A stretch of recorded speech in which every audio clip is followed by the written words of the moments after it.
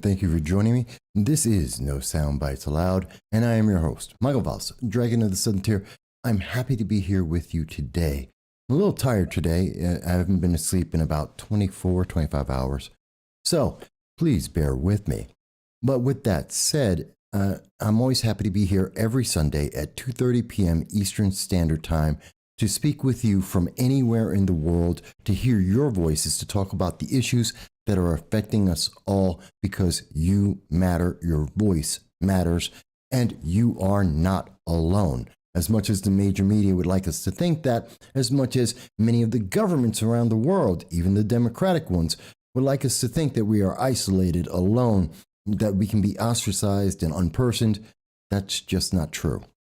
So we're going to have a little bit of a conversation here today, me and you and everyone else who's watching from around the world, about the things that are affecting us all.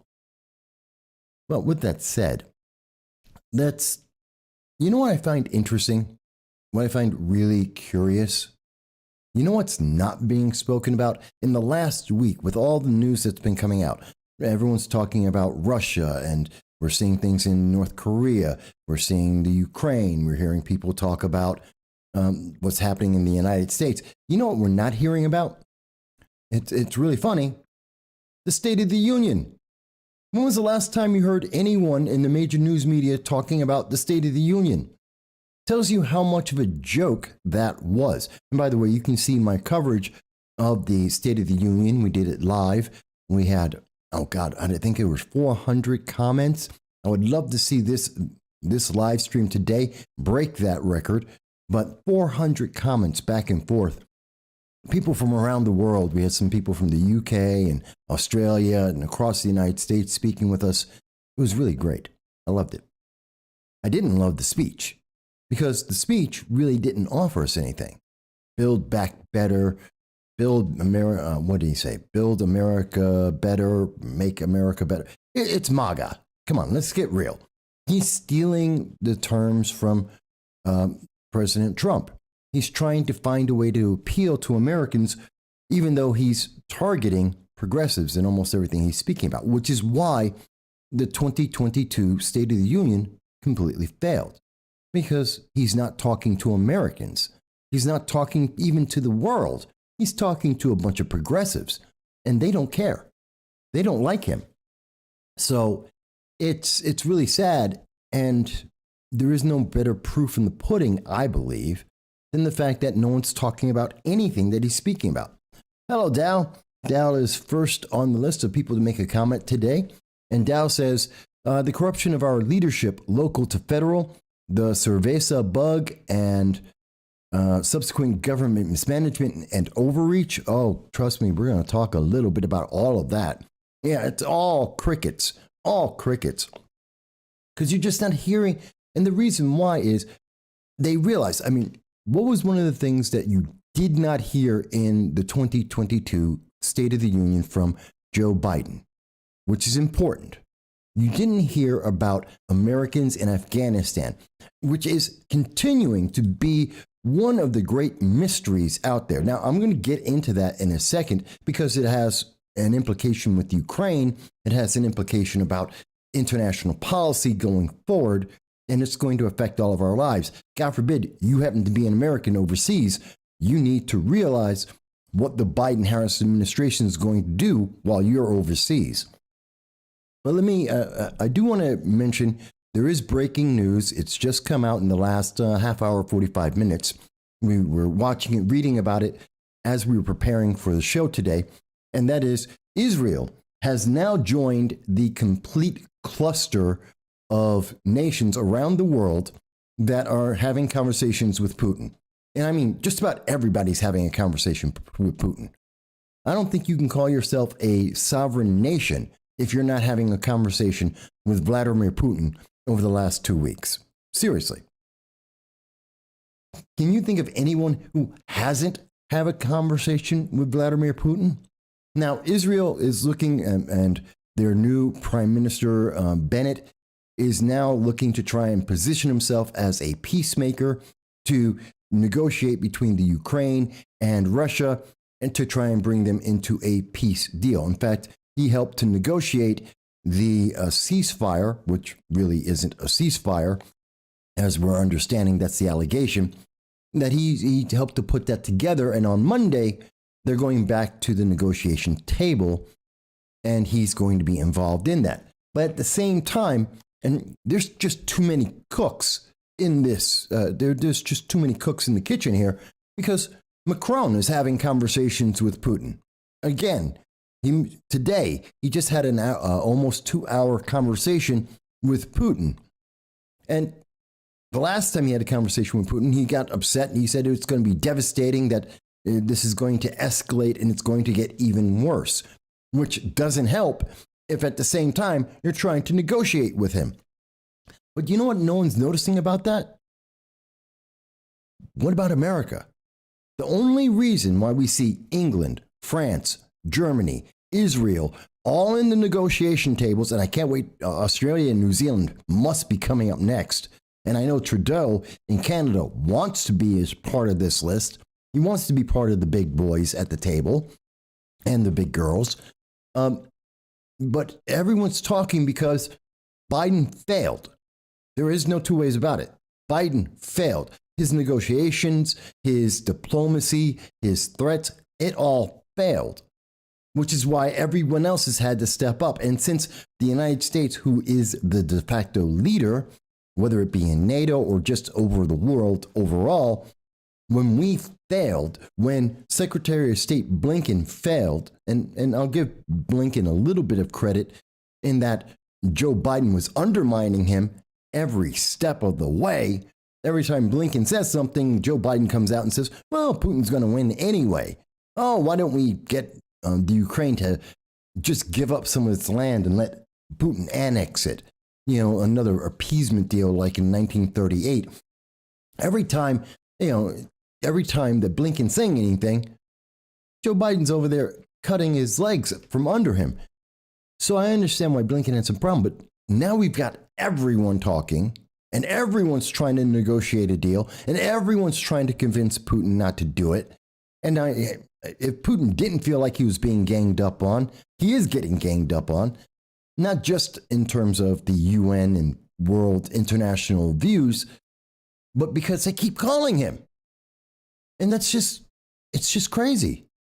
And no one's having any effect, partially because since they're all calling and they all have different points of view and they all have different objectives and they have their own nations to put in the forefront, both to get the limelight, to say that they were the peacemaker, as well as to get a piece of the pie of whatever may be gotten out of this deal, they're all conflicting with each other, which means no one's getting any movement forward, really. And Putin's laughing his way all the way to the bank because for all the talk of sanctions, we're all still buying his oil and gas. And for all of the talk about, oh, we're going to arm the Ukrainians, which we should, he's looking at this as, well, he never intended, or at least never initially intended, to take over the Ukraine. He went in, he wanted to take as much land as possible, as long as he wound up with the eastern Donbass region and the southern, the Crimea and the Black Sea port. And he just wanted that connected. As long as he gets that, he wins. But now he's got the opportunity, because there's so much confusion in the world and there is zero leadership in the world. He's got the opportunity to go in and say, okay, I'm going to take the whole thing. Why not? No one's stopping him. There is no threat to him. It's really terrifying because the implications of that are wide-reaching. Wide-reaching. Let me get to some of the comments here that Dal's been putting up.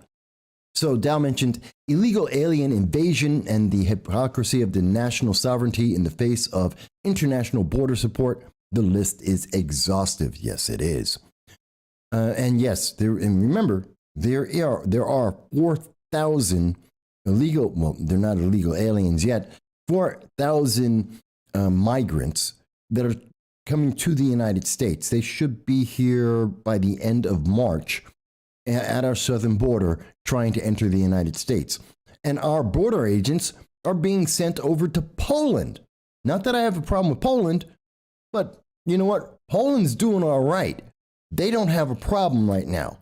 Our southern border has a problem, and that is getting worse. And this, with this time of heightened tensions and ISIS running rampant around the world, and now we're going to take the few agents that we have on the border and we're going to send them away. I mean, can you open the door any bigger to the United States, Joe Biden and Kamala Harris? And where's Kamala Harris? She's the southern border czar. She's supposed to be in charge of that. Where is she? When was the last time you heard her do anything? Actually, I stand corrected. Don't do anything. You know what? We're better off, because when you think about it, every time that Kamala Harris has stepped up to the plate to do something that the president should be doing, that Joe Biden should be doing, every time she stepped up to the plate, she has been an international embarrassment, and the net result has been the exact opposite of whatever she says she's there to do. She went down to the southern border, and we have more people coming across our border. She went over to South Korea. She embarrassed America. And now we have nine hypersonic missiles. We have been counting them all on this program with you. 9 hypersonic missiles from North Korea. She went over to Russia, and she wanted to reinforce what Joe Biden had said, which he didn't say, about the sanctions. And I think it was, 3 days later, Putin invaded. Don't. You know what, Kamala, whatever you're doing, stay hidden. We're better off because of it. Let me get back to the comments here. Dow mentions, ceasefire for evacuation routes. Speaking about Israel and the negotiated ceasefire, which is not. Bullets are still flying. What are they doing? Aiming over the convoys' heads so it doesn't count. And he is being facetious about that. When there is no leadership, when there is no strength, who's holding him accountable? Who's holding him accountable? Ceasefires are only as good as the people, the intentions, and the individuals who are involved in that ceasefire. And if you have both of these individuals, if they're not playing on the same playing field, and there's no one holding them accountable for saying, you broke the rules of a ceasefire, then what's the point? And what are we going to do? And literally, what are we going to do to Russia if they break the ceasefire? We've already done everything we can, which is sanctions. Sanctions and more sanctions and more sanctions that don't involve oil and gas. They've dealt with that already. They've been dealing with that since 2014. That's not new. They've already done the math on that. It doesn't matter. They win. It's more important for them to win because none of those sanctions are worth the time and effort. Russia's going to be better off, especially since they have good relations, improved relations with China and Iran. Yes, Iran is involved here. So that's kind of it really just boggles the mind. And I'm going to get into some of that with you. Dow goes on to say Blinken calls for appeasement while Graham calls for assassination. I'm definitely talking about that. Both are wrong, and I condemn both ideas as, at the very least, as unhelpful, at worst, inflammatory and escalatory. And remember, Dow, Blinken didn't call for the appeasement. Joe Biden did. He did that in December, I believe it was December 13th of 2021. That's Joe Biden who's calling for appeasement. So that's just terrible. Hello, Bellin. Bellin joins us and says, Kamala, the Ugandan headhunter. Send the people who want war to the front. Well, it's hard to tell who doesn't want war because pretty much everyone thinks that they can have an advantage here. And it's going to expand. You're going to see more nations taking a more aggressive stance because it's working. And there's a few reasons for that. Part of the reason is we are seeing nations that are doing how do I say? It's insulting to see this. Here, I'll give you an example. In India, the New Indian Express, on March 2nd, They sent in 4 C-17. These are essentially the same thing as our C-130 transport planes, military planes, with 800 Indian evacuees from the Ukraine to arrive on Thursday, that was 3 days ago, with 100 students that are entering Poland. You know what's important about that? Why I picked this story, which no one else outside of India really has been talking about. No one has been covering this. Because this is what Biden said he would not do. Biden, talking to Lester Holt on NBC, said he would not rescue a single American, that he would not send any troops, he would not send any planes. It would cost America 300, rounding it up. Let's round it up to round numbers. It would cost America $500,000 to send a C-130 into Ukraine to pick up U.S. children. We've talked about this on this program before. I have done the math. I have shown you the math in videos on this program. And he won't spend $500,000. He's spending $7 trillion. He won't spend $500,000 to get our children, American children, out of the Ukraine. Instead, he says, you're on your own. You go and you figure it out. Just figure it out. Get out of the country. Get out. We warned you. Get out of the country. Get out. How do you get out of a country that's going into war, that everything's being shut down? Everything is getting locked down. How do you get out? And his answer is the same thing as his answer to the Americans in Afghanistan. By the way, talking about things no one talks about, how many Americans are still in Afghanistan? 80? Or is it 900? Or is it 249? Or is it 6? Or is it 12? Or is it 9,000? Nobody knows. The number keeps changing month by month. And the news media, hello, CNN, Wall Street Journal, I'll point at all of them. Nobody is touching this. Not one of them wants to tell anyone in the world. No one wants to tell you how many Americans have been abandoned in Afghanistan. But we're doing the exact same thing in the Ukraine. There were 20, maybe 30,000 Americans in the Ukraine with children, including members of our State Department. And we don't know how many are still there that don't want to be there. And Joe Biden doesn't care because he's not willing to do what the state of India, Prime Minister Modi, is doing. So you can't tell me it can't be done. You can't tell me it's too expensive. We spend $7 trillion. We waste $500,000 on everything. That's not even a number to the American budget. And you're telling me we can't spend $500,000? These guys are sending out 26 civilian planes plus 4 C-17 planes, the equivalent of a C-130, and they're getting their people home. What's going on? India isn't the leader of freedom or democracy or the world superpower. America is. And India is doing what Joe Biden won't do. So you can't tell me he can't do it. He doesn't want to do it.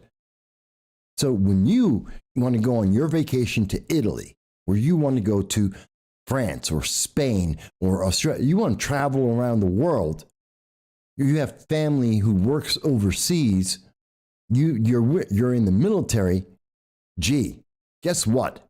You better pray nothing's happening in the nation that you happen to go in, or they're not targeting Americans, because Joe Biden will hang you out to dry. He doesn't care. The man has zero compassion. And if you think I'm wrong, I'm happy to hear your argument to tell me why I don't understand. If you have evidence to show me and say, Mike, here's the article, here's the video, you don't get his compassion. I know he has compassion for his dead son because he can't stop having a speech without mentioning him in every single speech because he wants us to have empathy with him. But he doesn't seem to care about Americans all around the world. He's willing to throw them away. And when I say throw them away, you can't find a story No one in the media will talk about this. You didn't say it in the State of the Union. They don't exist anymore. Let me get back to some of the other comments. And by the way, folks, if you're wondering, you too can comment not just on YouTube, Facebook, Twitter, DLive, but you can call in, as you can see the numbers above us, 607-242-1582. The phone lines are on. You can call from anywhere in the world. And please, you don't have to agree with me. If you think I'm wrong, that's fine. That's what this conversation is about. Not only can you text and chat, you can call in and say, Mike, I think you're wrong. Let me tell you why. Just be respectful. You can absolutely. I'm more than willing to hear any voice, whatever you have to, whatever you believe and what you think. So, Bellin mentions that the C-17 that India is using is bigger than the C-130 and jets, and it uses jets instead of props. Well, it depends, Bellin, on which version. There's a C-130 Hercules. There is a new C-130. I think it's the C-130J, which is the latest version. They're bigger and bigger. There's a lot of different versions of it. But for the United States, it doesn't matter. We have them in our German Ramstein army base. We can fly from Germany to the Ukraine in about 2.5 to 3 hours time and land, grab our American citizens and get back to the base. It will cost us $500,000. I've done the calculation on jet fuel and number of people who have to service the plane. It's ridiculously cheap. And we can get a couple hundred kids out easily. Why don't we do it? It'll be a political win for Biden, and he desperately needs one. It's just a no-brainer, I believe. You can tell me, Mike, you think you're wrong, and that's fine. I'd love to hear that. Dow mentions that he came across a story where there is a subreddit is up that is scamming people for joining up for the Foreign Legion initiative to join the Ukraine forces. Most of the respondents are weekend Twitter warriors. Definition of meat shields and cannon fodder. There are 20 to 30,000 people who are looking to go to the Ukraine. I don't think a lot of people understand war is not something you really want to volunteer for just offhandedly. Wars are horrendous. It's the worst state of mankind. And anyone who's ever been in the military, trained, you don't want to see war. I wouldn't be eager to go to war, especially for a country that isn't my own. Not to say that I don't think the Ukraine is worthwhile. I think they're good people. But I'd die for America. I don't know that I'd die for another country. That's just me. Maybe I'm just insensitive that way, but I'd die for America. I'd die for American freedoms. I don't know that I'd die for some other country. I don't know if I have that in me. But it's scary that people are being scammed with this. And it tells you that they're not thinking it through. If you're getting scammed about going to a war, think about it. If they're taking advantage of you now, what happens when you wind up in a foreign country that doesn't speak your language, doesn't use your currency, you have no safety zones, you're on your own, and you have a president who will not save you, and the embassy is more or less running away. If they're scamming you now, what do you think is going to happen when you're in a war zone? People need to think this through. Ed mentions, once Putin raised the nuclear sword, all bets are off. Call his bluff, and he goes for it within 12 hours. 65% of the Russian population is dead. 16% of NATO countries are dead. It's a no-win for anybody worldwide. Putin isn't going to use a nuclear weapon. Partially because of what you're saying, which I don't know if those numbers are exactly accurate. I'm not sure where you're getting them from. But it would be, the escalation from there is devastating. The amount of people dying, the amount of just chaos that would be a result of that. It's not worth it. Nobody wants to go nuclear. No one in their sane mind would ever want to go nuclear. And he really didn't threaten to go nuclear. He said that his forces were on special attention. What does that mean? Nobody knows. It's a nothing statement, quite honestly, because nuclear forces are on attention 24 hours a day. In the United States, our nuclear forces are on attention 24 hours a day. It's a statement meant to sound bad, but means nothing. It is a game that he's playing with the media and the general populace of the masses, and the politicos, the diplomats, all know it's meaningless. But it scared people, and that's what it was supposed to do. That's what I believe. And he's just using that to his advantage, because he's not stupid. He's not a stupid man. He may be evil, he may be bad, but Putin isn't stupid. And we should not underestimate him that way. We should not just discount him and say, well, he's just evil, he's bad. This isn't a Hollywood movie. This isn't a comic book. He's not some kind of cartoon character. He is a smart man. He is a bad man, and he is smart, which is a terrifying combination. And if we underestimate him and just assume that he's just evil and bad, he's going to be able to take advantage of that. We have to look at him as an intelligent individual and approach him that way. And I don't think we are. Justin's with us. Justin the Alpha says, Brittany Griner, the WNBA player who got arrested in Russia, facing 5 to 10 years. What's your opinion on it because of the tensions going on right now? I have no idea who she is, and I could care less. Justin, and for many people who don't know, I really don't care about entertainers. I don't care about entertainment overall. And occasionally we'll talk about a story where entertainment's stepping into the realm of politics more and more. So sometimes there is an overlap. But for the most part, I don't watch TV. I've been looking for movies that I would actually want to watch. There are very few of them that have been made in the last 5-10 years. I just don't find it entertaining. It's just not worth it to me. I play video games and I watch anime, and I don't really care about entertainment beyond that. So I don't know who she is. I don't know why she got arrested. And generally, I don't care. If she's innocent, we should get her home. If she's guilty, she should spend time in jail. I don't know enough about it to say anything else. And the tensions, well, that's not going to help her. That's for sure. But I don't know more about it than that. What I don't know, I just don't know. Dow mentions the story from that subreddit really illustrates that the overall lack of thought among people who are volunteering to go and fight in the Ukraine. Son tells dad he's joining up to go to the Ukraine. Father hands him a pistol with a single round. That's funny. I get the joke there.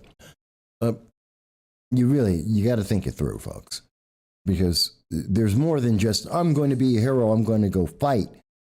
That's not the way it works. That's not, first of all, you're going to go and fight for their military? Where? What unit? Who's your commander? Who's going to be organizing it for you? Where is your gathering point? Where are your supplies? Who's providing you the arms and weapons you'll be needing to fight? What's your retreat point? How do you escape the nation if you need to? By the way, if Russia takes over a region and you are there and you have a firearm as an American citizen, you would be considered a spy because you're not native to the Ukraine and you're in the middle of a conflict and you are fighting against them. You could be captured and be considered a spy and tried for espionage. And that would be legit. So that's something else that people need to think about. I'm not telling you what to do, but I'm telling you to think about what you are doing. Bellin mentions the war is a distraction from what's happening in D.C. It is, and I will talk about that in a moment. Bellingham says, go truckers. Yes, the DC truckers. I'm going to talk about that in a moment. If you have the meaning of a single round explained to you, you're not ready for a war. You're right, Dal. Jason says, what is a win? A win with Russia? Depends on who's asking. What's a win for the Ukraine? What's a win for Russia? What's a win for NATO? They're all different things. And for the United States, that's even different than what's good for NATO. There's a lot of different levels of win. So first you have to say, who's a win for who? And then you start looking at all the details. So that's how messed up this has become. Because you have so many voices, like I said, we know that Macron today is having another 2-hour call. We know that Israel is in there, they're negotiating. We know that Biden has failed. We know that England is having conversations. We know that Germany is having conversations. There is a win relative. The relative answer at this point, which it didn't need to be, I believe, is that Russia decides to only take the eastern and southern portions of the Ukraine and maybe a bit of the north as well, and decides that's good enough for now, and they just take that over. That's what I would call a win. They stop fighting, they take what they have gotten so far, what they have fought and captured, and they end it there. That would be a relative win because of how it has come about. Is that the best answer for everyone? No. But that's most likely the winning scenario at this point. And the Ukraine's going to hate it because they're losing land and they're losing their people and they're losing power, but it's going to happen anyway. Bellin says there is no winning. Well, again, from an international point of view, there are wins. There are scenarios that are better than others. So you take your wins where you can get them, essentially. Justin the Alpha says, do you think Russia will eventually capture the Ukraine? Because the news updates say that they are choking the Ukraine and starving them by taking ports, nuclear plants, and the news media is constantly telling you that Russia is losing. Russia is losing. They're losing. No, they're not. They're not losing. They've taken over southern ports. They now have access to the Baltic Sea, something they have desperately wanted. They've connected to the Crimea, which they desperately wanted. They've got control of the eastern portion of the Ukraine, which they wanted. That's winning. They have sections of the north that they are taking over. That's winning. They're telling you that Russia's taken on more than they can chew. Are you kidding me? Have you seen the size of the Russian military? Yeah, they may be inefficient. They may not have a good command structure, but they got bodies, they've got tanks, and they've got missiles for days. Yeah, they're not losing this. It is a degree of, again, it's degrees of winning and losing in different scenarios. So do I think, can Russia take it over? Sure. Will there be resistance fighting in the Ukraine for the next decade to come? Absolutely. And that's no matter who wins. Whether Russia takes over the whole thing or whether or not just the eastern portion, there's going to be infighting for the next decade at least, just as there has been infighting since 2014. Let's remember, folks, the American news media only just started picking up the story back in, February. They really started talking about this. The story has existed most recently since December. But the news media hasn't. We've been talking about it on this program. The American news media really hasn't. That's because they have a very short-term memory and they don't want to tell you the full story. The fighting in the Ukraine has been going on, especially in the eastern portions of the Donbass region. That's been happening since 2014. So this is not new. And that's going to continue no matter who wins. Let's be honest with each other. There's going to be regional fighting. This isn't over no matter who says, I have the victory. Dow says, I would imagine ultimately a 360 win is avoidance of nuclear conflict. That's only one facet, and I do agree with that. Again, degrees of winning. What considering what are the worst alternatives that are available, yeah, that's a win. Everyone doesn't lose because, honestly, if the Ukraine falls, America doesn't fall, NATO doesn't fall. Now, our allies in Poland, Estonia, Lithuania, Latvia, they're terrified because if we're not willing to stand up and show any real strength at the moment, they're the next ones on the list. In particular, you'll see Estonia, Latvia, and Lithuania, they'll all be the next ones to go because now Russia will be looking to get into the Baltic Sea just like they got into the Black Sea. They need more access. And that's why they got them in the first place. And that's a problem.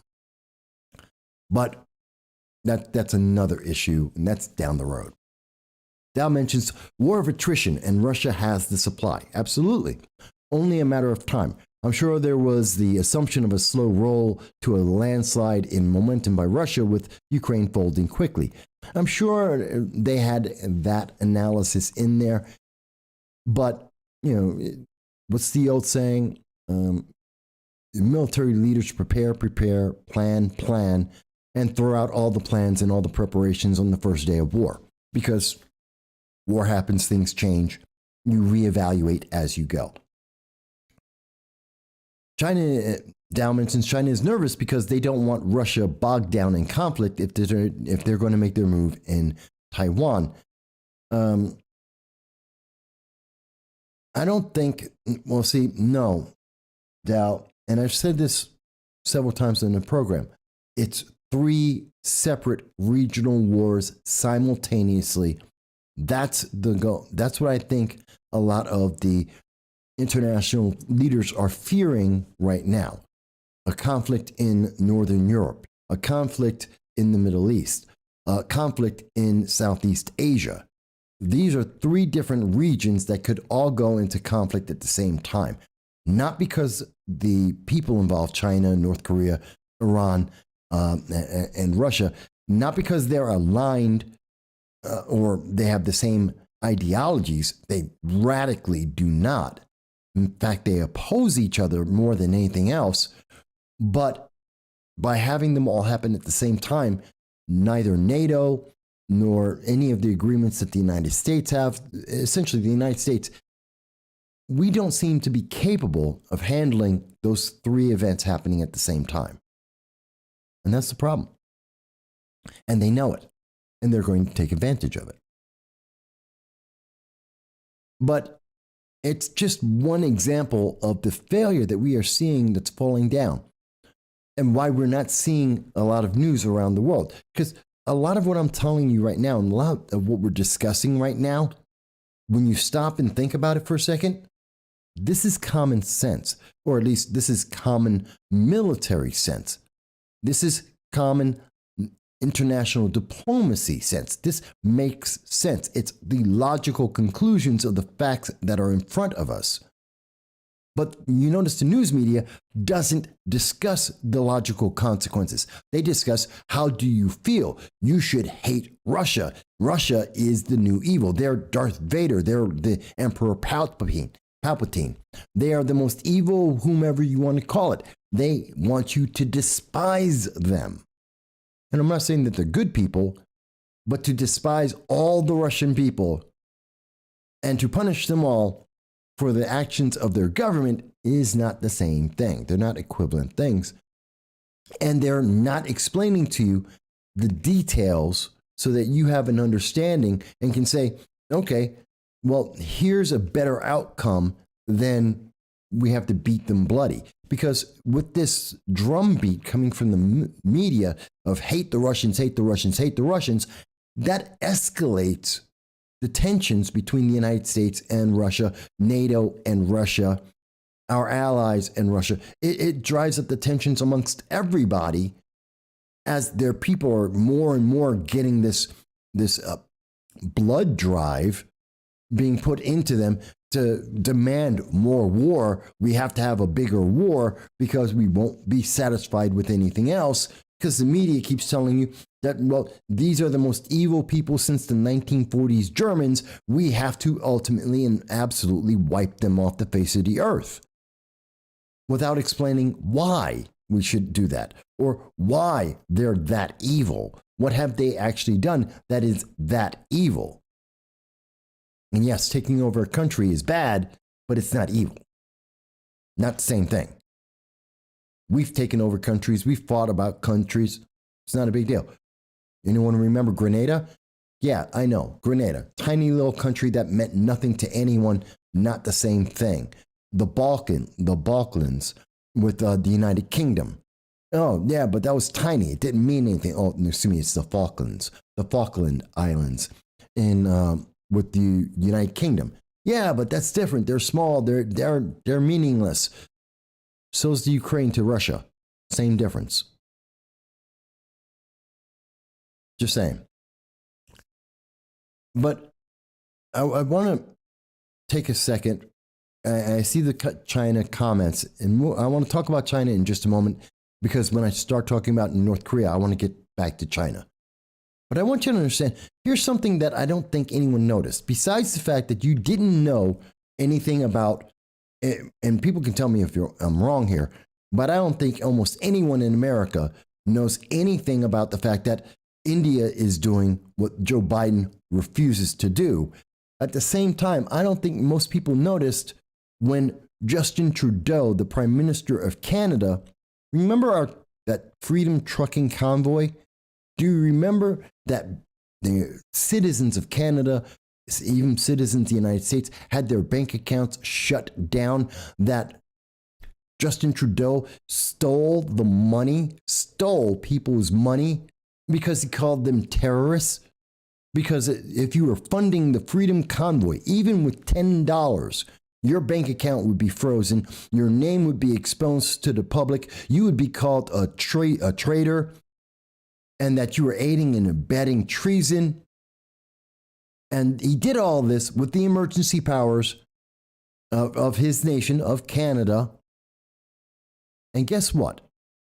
Did you notice when we found out that, and I want to show you this, did you know that the Canadian government itself, the actual people who track the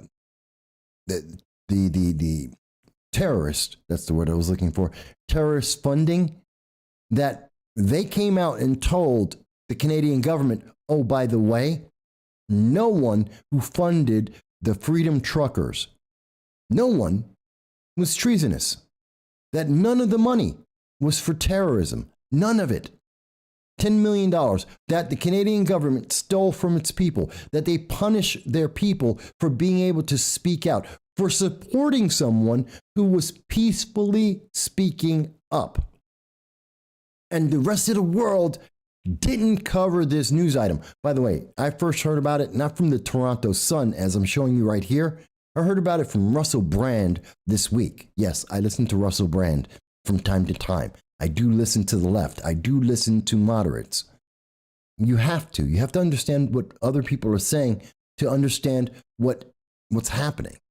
So I listen to, it's on my list of 22 different sources that I read and watch every day.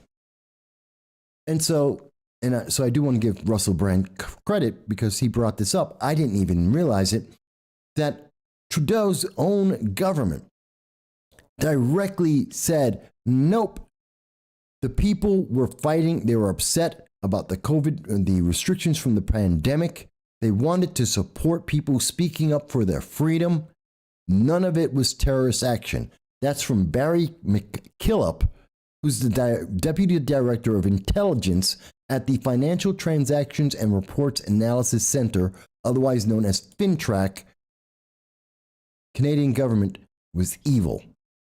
And they committed evil when you're stealing people's money, when you're closing their bank accounts and they can't use their money to feed their families just because you don't like their opinion. That, I think, is defined as evil. And you know what Prime Minister Justin Trudeau had to say when he was talking to a Ukrainian community in Etobicoke.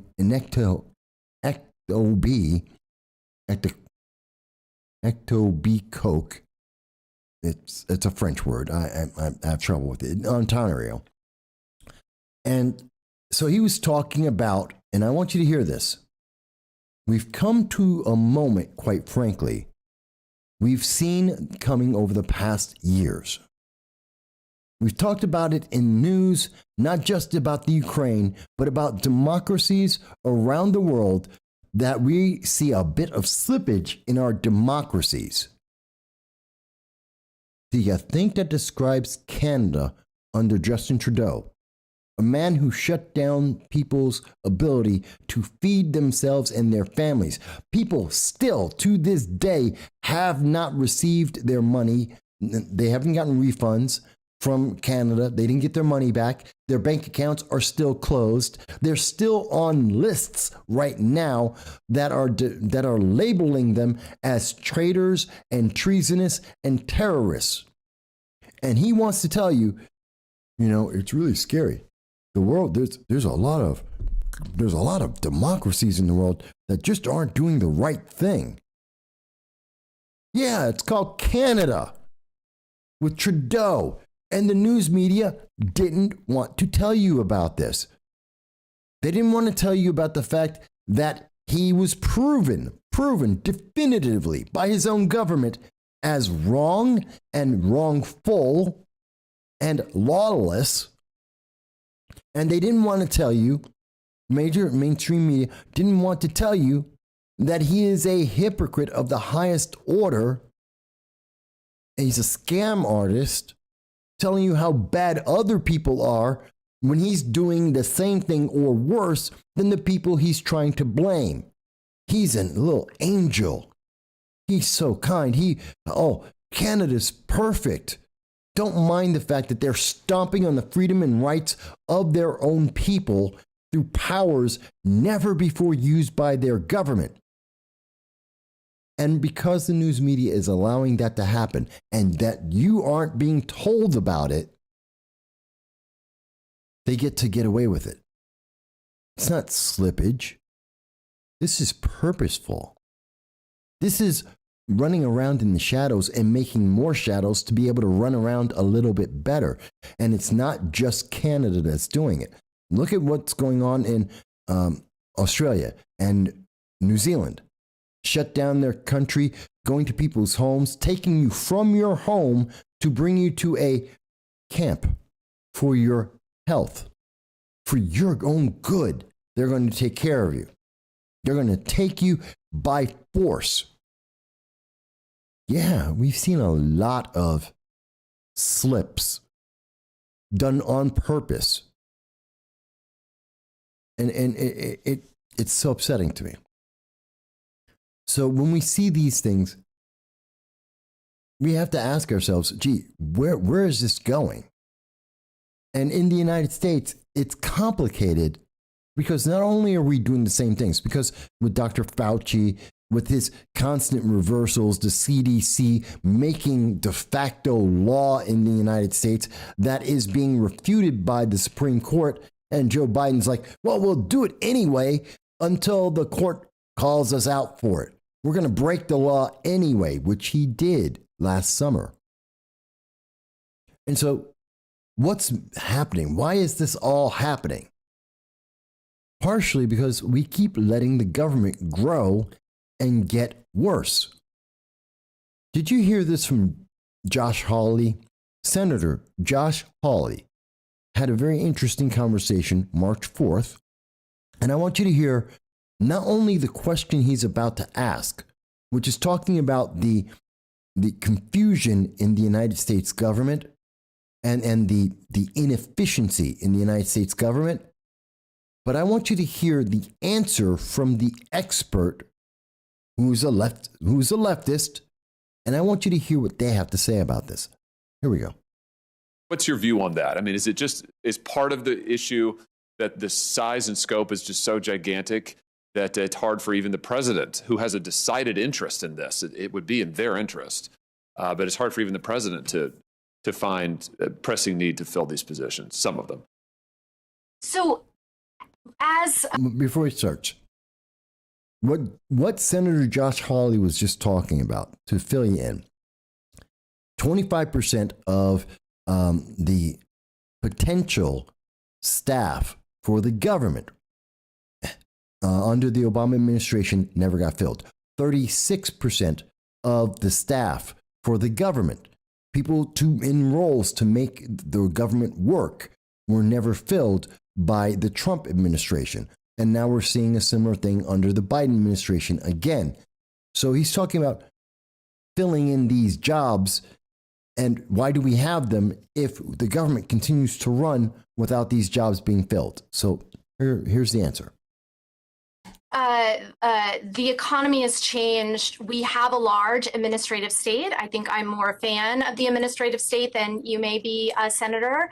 But what's interesting is that from the 1960s, federal employment has been relatively constant.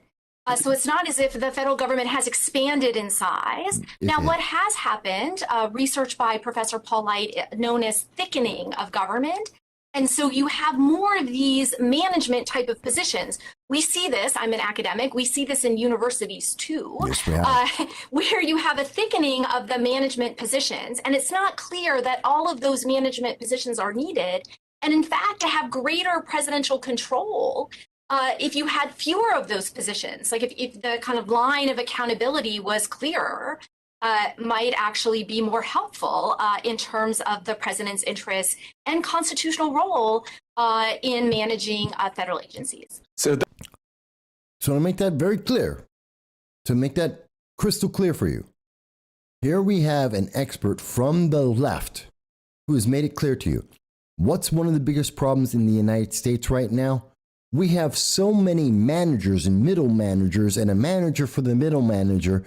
We have so many chiefs running around, passing around papers from one person to the next person, that our government is completely inefficient. It can't do what it needs to do.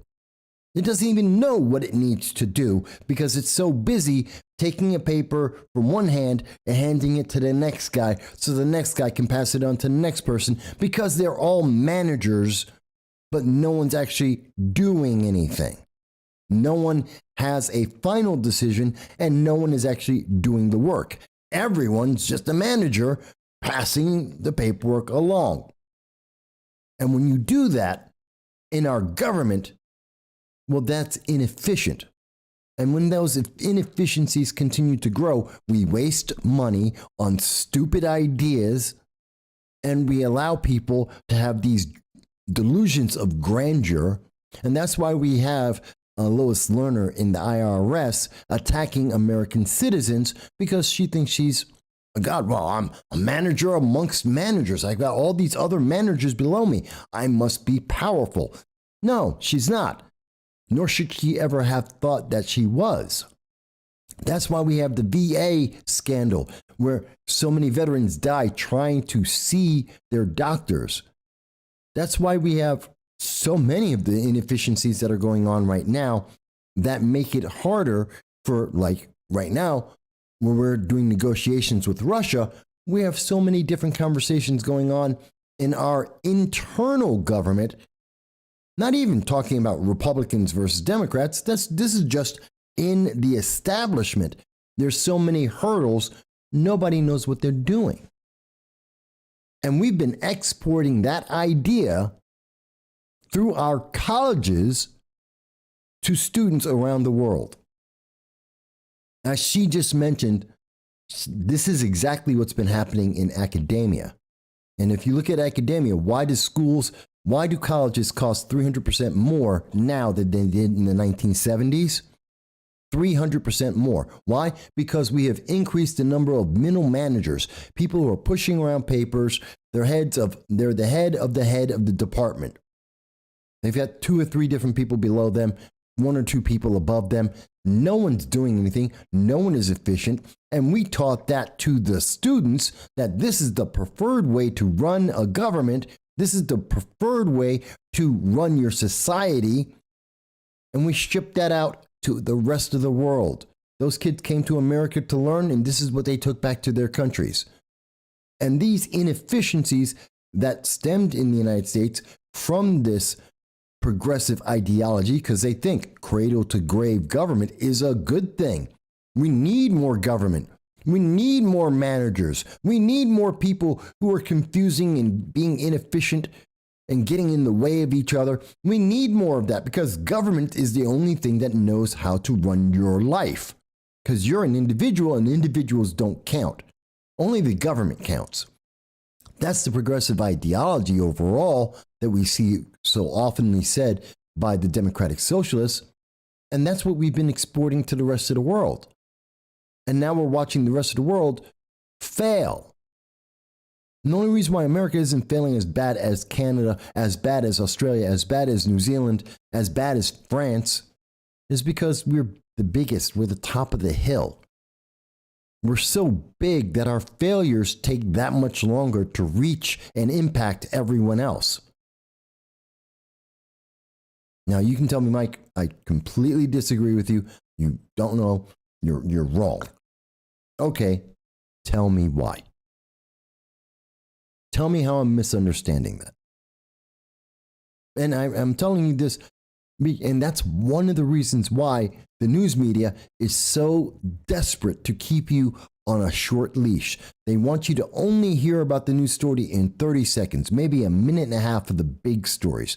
They want you to constantly cycle to the next news story. They don't want you to think about anything. They don't want you to remember anything that happened in the past. They don't want you to remember, this is very much out of 1984, the book. They don't want you to think about what happened in the past, what were the consequences, who was involved. They don't want you to think. They want you to feel, and they want you to react, and they want you to not consider that we have such an inefficient government that it's destroying ourselves. And if you think I'm wrong, I'm happy to hear that answer. Tell me how the United States today in 2022 is more efficient than America in 1990 or 1970. Because it doesn't exist. That's not real. It's not true. And even the intelligentsia, the academics, even the progressives are willing to admit it's not better. It's worse. And they want it to be worse. And that leads to all the other problems that we are seeing in the world, or more so, that's escalating those other problems and making them that much worse. Because the more inefficient you are, the less likely you are to fix anything. And God knows Democrats and progressives can't stand the idea of fixing anything. They stay in power by having a constant level of complete screw up. As long as there is a problem, they get to maintain power, and they never fix anything. BLM, Antifa, poverty, drugs, immigration. Name something that a Democrat has fixed or has actually offered a solution to that stops the problem. Immigration. Oh, well, we can give them a path to citizenship. That's only going to invite and encourage more people to come to get citizenship as well. And if you think, well, how can you know that? Because we did it in the 1980s. It's exactly what we did under Reagan. We already did it. And what happened? We got more illegal aliens to come into our nation, hoping that they're going to get the same treatment as the last batch got. It doesn't work. It's not a solution. War on drugs? Now we have safe spaces. We've got Joe Biden buying crack pipes to be distributed throughout our nation. That's not ending the war on drugs. That's not ending people's dependency and addiction to drugs. That's making them live with it. That's not a good thing. That's why crime keeps going higher. What's the answer to crime itself? Violent crime is up across the nation, especially in every single Democratic state and every single Democratic stronghold city. Absolutely skyrocketing, has been growing, continues to go up 2020, 2021, 2022. And their answer to that is defund the police. Blame the police. Just like you saw in the State of the Union. Just like you saw in the State of the Union, and I was screaming about it when Joe Biden went from saying it's really terrible that those officers in New York got shot and murdered, assassinated. Really sad, really terrible. But by the way, police are terrible, and we have to reform the police because the police are the bad guys. What? That's insane.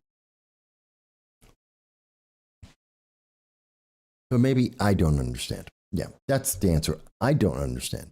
At least that's what the major news media would want you to say. Let me get back to some of the comments here. Hey, Jesse. Good to see you. Glad you're here with us. Mike Bowie, I did see your comment that we should impeach Psaki. Jen Psaki can't be impeached. She doesn't have an impeachable position. She can be fired, though. She can be fired in a heartbeat, but she can't be impeached. She's not elected. Dow says, bureaucracy is bloat. It's like a glorified game of corporatized telephone without integrity and accountability. And I absolutely agree with that. But if we don't make that, I'm trying to make it as painfully aware as possible for you to see this for yourself, because no one is highlighting this. And if no one is pointing this out, how can you fix the problem if you don't know it exists? If people are so used in being told that they just obey, feel and obey, which is exactly what the Democratic Socialists of America, exactly what the progressives, exactly what BLM and Antifa, that's what they're telling you. Feel, obey. Here's the feeling you should have. You should obey. That's it. They don't give you freedom of thought. They don't give you freedom of speech. They don't give you anything to think about. They don't, God forbid, you actually think about the consequences of what they're proposing. No, you don't think, just feel and obey. That's all they want. That's all they demand. In fact, they demand that of you, that you must feel exactly like they're telling you to feel, and you must obey what they tell you to do. And don't you dare think. Because if you do, well, now you are an other, you're a bad person, you need to be ostracized, you have to be called names like an ist and a phobe, and if you're in Canada, you're a traitor and treasonous and a terrorist for just saying, I have an idea. I disagree. I think the government has overreached its bounds. How dare you say any of those things? No, you can't do that. And that's why they get so upset. We have to turn that around. And turning that around, we have to stop the hype. We have to stop the madness that goes with the hype.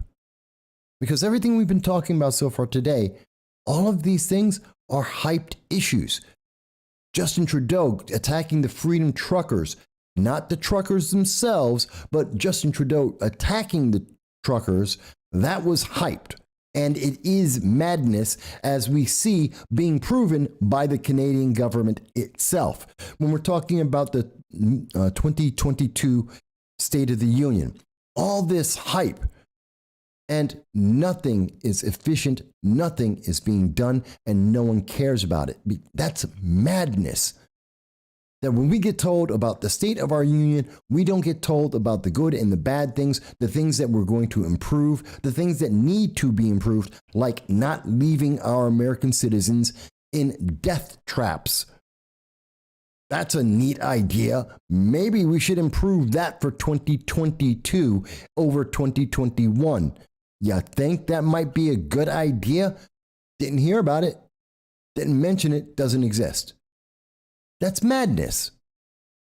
The problem didn't go away because we just aren't talking about it anymore. The problem's still right there. We still have unknown hundreds, possibly thousands of Americans that are in Afghanistan that are under threat from ISIS, Al Qaeda, and the Taliban. We have unknown hundreds, if not thousands, of people in the Ukraine right now in harm's way, and the government doesn't care. And if we don't care about them, why should our allies think that we care about them? If we don't care about our own people, why would we care about someone else's people? Quite honestly.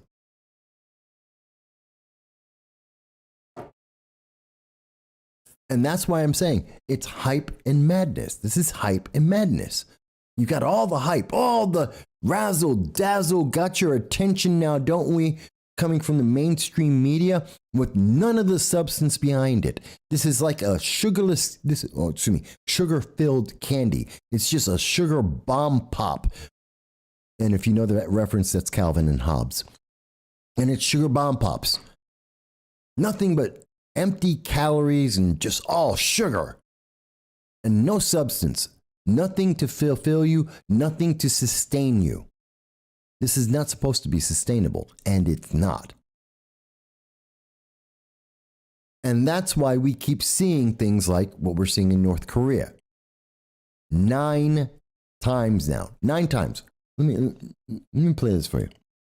North Korea fired at least one suspected ballistic missile to the east of the Korean peninsula on Saturday. That means That's Japan. according to militaries in the region and comes just days before South Korea's presidential election. Top officials in Seoul and Tokyo separately said they detected the launch. If confirmed, it would be the 9th this year. Japan's defense minister said Pyongyang's recent and significant development of missile technologies was not something his country could overlook. Of course not. They're firing missiles at Japan. South Korea is terrified because they're firing missiles over your head. Imagine you wake up in the middle of the night. Gee, what was that sound? Why did I wake up in the middle of the night? Oh, look, there's a missile flying off over towards Japan right now. Thank God it didn't blow up over my head instead. Next time it might. And what are we doing about this? We've had Secretary of State Blinken over in South Korea. Nothing came of it. We've had Kamala Harris over there. She made the mess. She made the whole situation worse. Joe Biden won't even talk about it. You've not heard Joe Biden say anything about North Korea yet. It's not in the news. And you ask your neighbors, how many missiles has North Korea fired this year? Since January, we're just into the 3rd month. How many missiles have they fired at Japan, our ally, that we have treaties with to be able to protect? How many times? You know what? I guarantee you, people don't know. And our government has no answer for it because we're too busy making people feel, and we have no efficiency. We have no substance that's behind it. At least that's how I see this. Again, if you think I'm wrong, you can tell me. I'm happy to hear those voices. And by the way, don't feel like you're the only one. See, I'm looking at the numbers and YouTube, Facebook, Twitter. They're constantly playing with the numbers. Sometimes it looks like I have one person who's watching the program when I know that there's 50. Sometimes it looks like I have, 100 people when I have 1,000. So never feel, don't go by the numbers. Just look at the fact that we have so many people talking. You can talk too. And you can call in to 607-242-1582 to lend your voice and say whatever it is that you think. Especially if you think you're being blocked by YouTube or Facebook or Twitter or DLive or any of the other social media. And by the way, you can also speak to us on our Discord. I know the Discord is playing this right now. And so I know that more people are out there and they want you to feel alone. Again, it's part of the fact of the lack of substance. It's part of the hype. It's part of the madness. It's part of the punishment to make you be isolated. That's why Justin Trudeau shut down the bank accounts of everyone who gave money to the Freedom Truckers. It was to make them feel isolated, to literally make them isolated, to shut down their ability to pay for the internet, to pay for their electricity, to be able to pay for their homes and their food. It was to drive those people who made a donation of $10 to make those people desperate, to make those people so busy trying to take care of their lives and to protect themselves that they had no time to continue to support someone saying, my freedom matters, my freedom is important.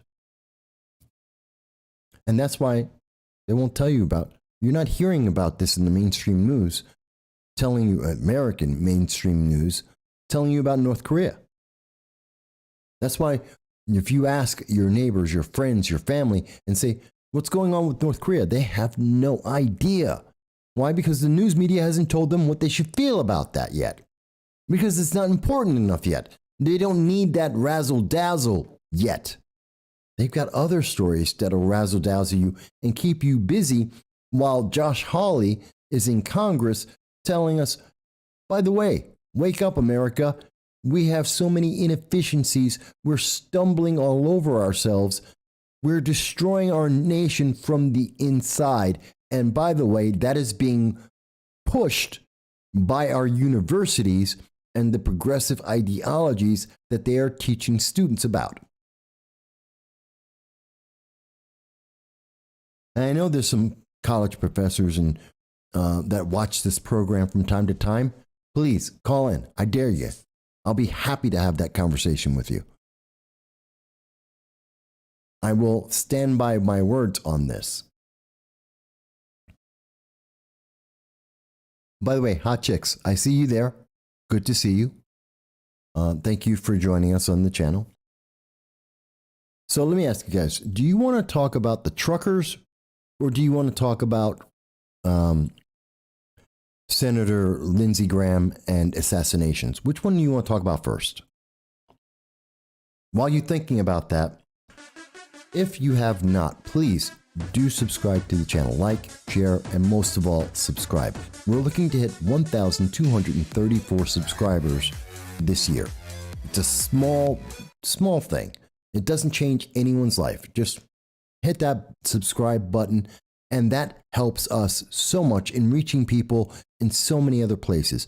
We already reach people in Sweden, in the United Kingdom, in Australia, New Zealand, India, Canada.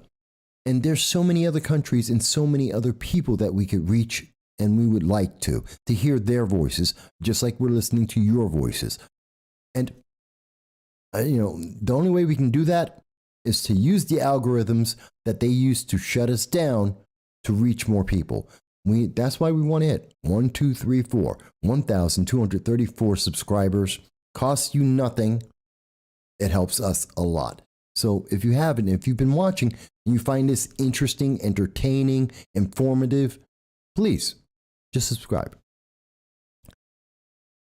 Thank you, Hot Chicks. Yeah, it took me a second to remember his name. It's Lindsey Graham. And I should have remembered that right off the top of the bat. But, sometimes I've been up for 25 hours, so more than 25 hours. So I couldn't remember it right away.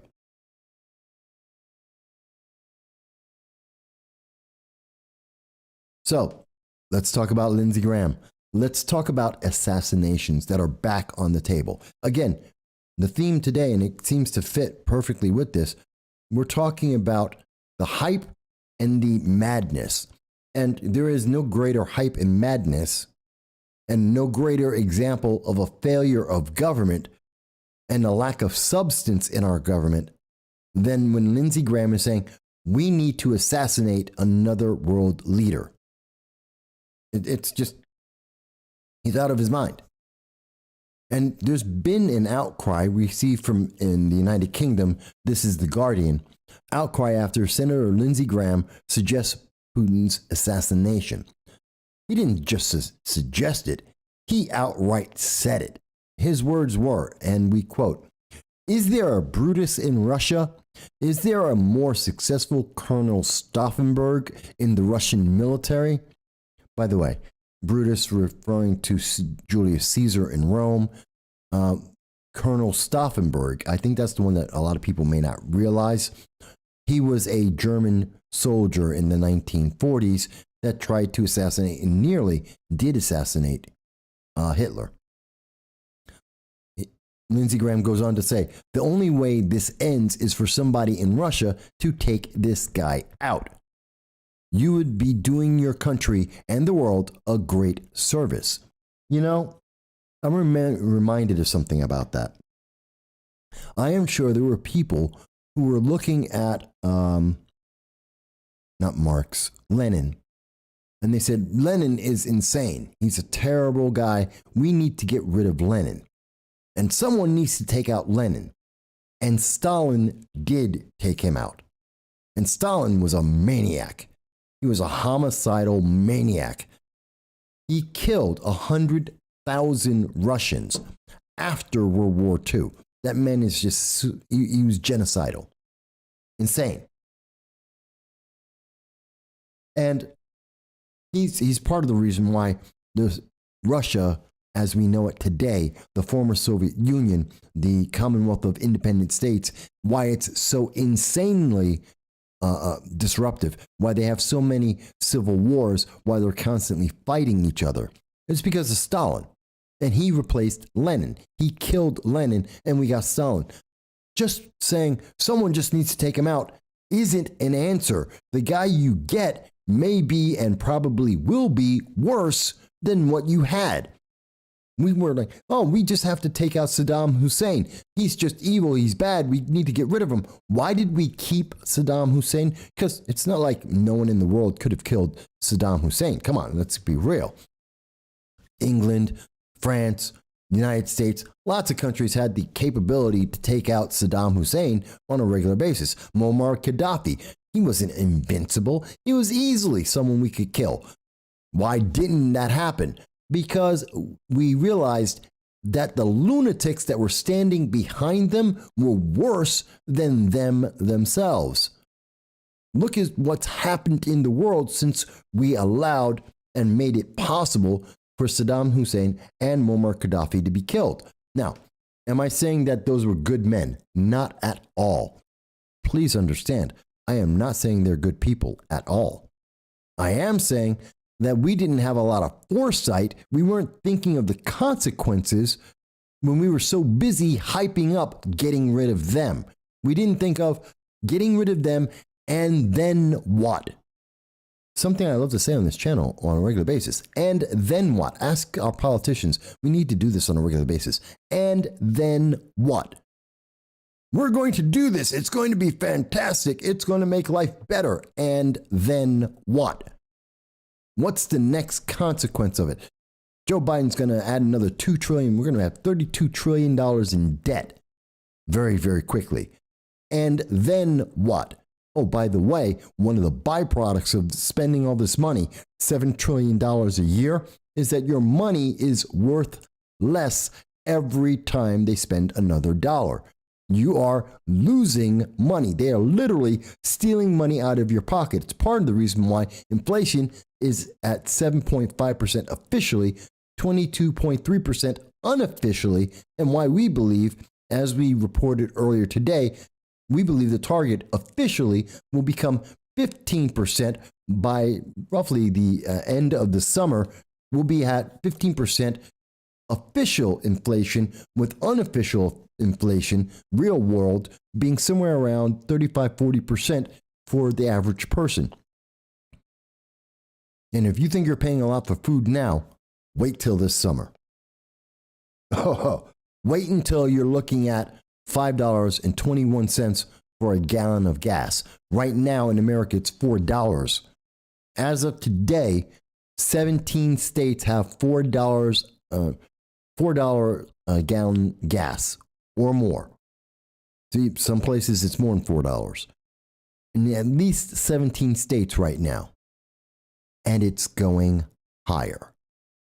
The estimates that have come out from all the analysts, at the beginning of the year, back in January, the analysts were saying, oh, well, we might hit $115 for a barrel of oil with the war in the Ukraine.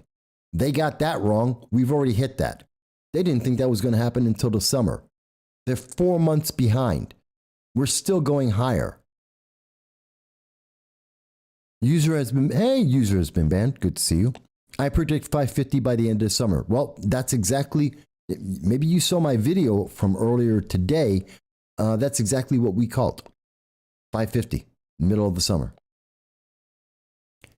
That's why we're looking at 15% real world on inflation. That's going to eat away. You got a promotion this year? Fantastic. It's not going to pay enough to cover your the cost of inflation. You got a raise? Fantastic. Not going to be enough to cover the cost of inflation. Oh, interest rates are going up. So you're making more money on the investments that you have. You have a bank account, your checking account. You're getting more money because the interest rates went up. So you're making more money for having your money in the bank. Not enough to cover the increase of the costs because of inflation.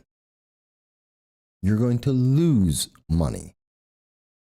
You're losing a lot of money. This is what happens when you have someone who doesn't understand economic policy, when they're only understanding hype. And that's what we're seeing right now in America. We have politicians who are really, really good at hype and have no understanding of substance. They have no understanding of the consequences of what they're doing, and they don't care, which is madness. And again, that's why the title of today's show is Hype and Madness. I'm not user asks, are you underestimating Joe Biden's ability to F up? I do not doubt that whatsoever. He was trained for 47 years in the government, in Democrat politics, and then he spent 4 years under Obama. He is really good at screwing up, and we are watching it happen over and over again. Pick your subject. He has everything he has touched has gotten worse. And the only things that didn't get worse under Biden so far have gotten worse under Kamala, because she's the one doing it instead of him. And if there's anyone who wants to defend Joe Biden, please do. I'm passionate, but I am open-minded. I will hear your argument. If you can tell me that Joe Biden did something that's been beneficial to the United States in the last year, please tell me what it is. If you can point to something he did that was beneficial when he was vice president, please let me know what it is. I'd love to hear it, because in all the information that I track, I have yet to find it. I know the media wants me to feel like that. I know the feeling out there for many progressives are, well, he's a great president, and yet there is no evidence, there is no substance that actually backs that feeling up. It's an empty feeling with no reality behind it. That is my opinion, that's my position, and that's the evidence that I keep showing you guys. That's not being disputed. I'm not seeing that being disputed, but I want to hear it. Maybe I got it wrong. Yeah, Mike Bowie mentions that, well, now they're blaming Russia for the inflation. The inflation already existed. Before Russia did anything, we already had the inflation. The inflation is coming because of what Biden has already done. He closed the XL pipeline. He shut down fracking. Energy costs went higher. He's been spending money like a drunken sailor couldn't. A fleet of drunken sailors couldn't spend money like the Biden administration is spending money, which is devaluing the dollar. We have, under the Obama administration, we were transitioned, against our will in some cases, to be a service economy. We don't manufacture stuff anymore, which means when there's a problem overseas, we don't get the stuff we need. That includes food. We're the breadbasket of the world, and we're importing food from other countries in particular China among them. Why in the world are we importing food? We are the breadbasket of the world. And I'm not talking about exotic foods. I'm talking about chicken, poultry. And we're importing that. We're importing beef into the United States from other countries. Why in the world are we doing that when we are the breadbasket of the world? Because we don't manufacture anything anymore. So everything has to leave our country, go to some other country, get manufactured and processed there, and then come back to us. Because Obama said, we don't manufacture stuff anymore, we do service. That's insanity. He did not think about the consequences of this. And there's even further consequences. What if one of those countries, like China, gets pissed off at us and they decide to, no, they're not going to shut us off. They're just going to slow down all the things that we need. You want an iPhone, you want to have a tablet, you want to have food, you want to have anything. They're just going to slow down our access to it, driving up the price for them so they make more of a profit and making life more difficult for American citizens. Think I'm wrong? Because you might. And if you do, please tell me.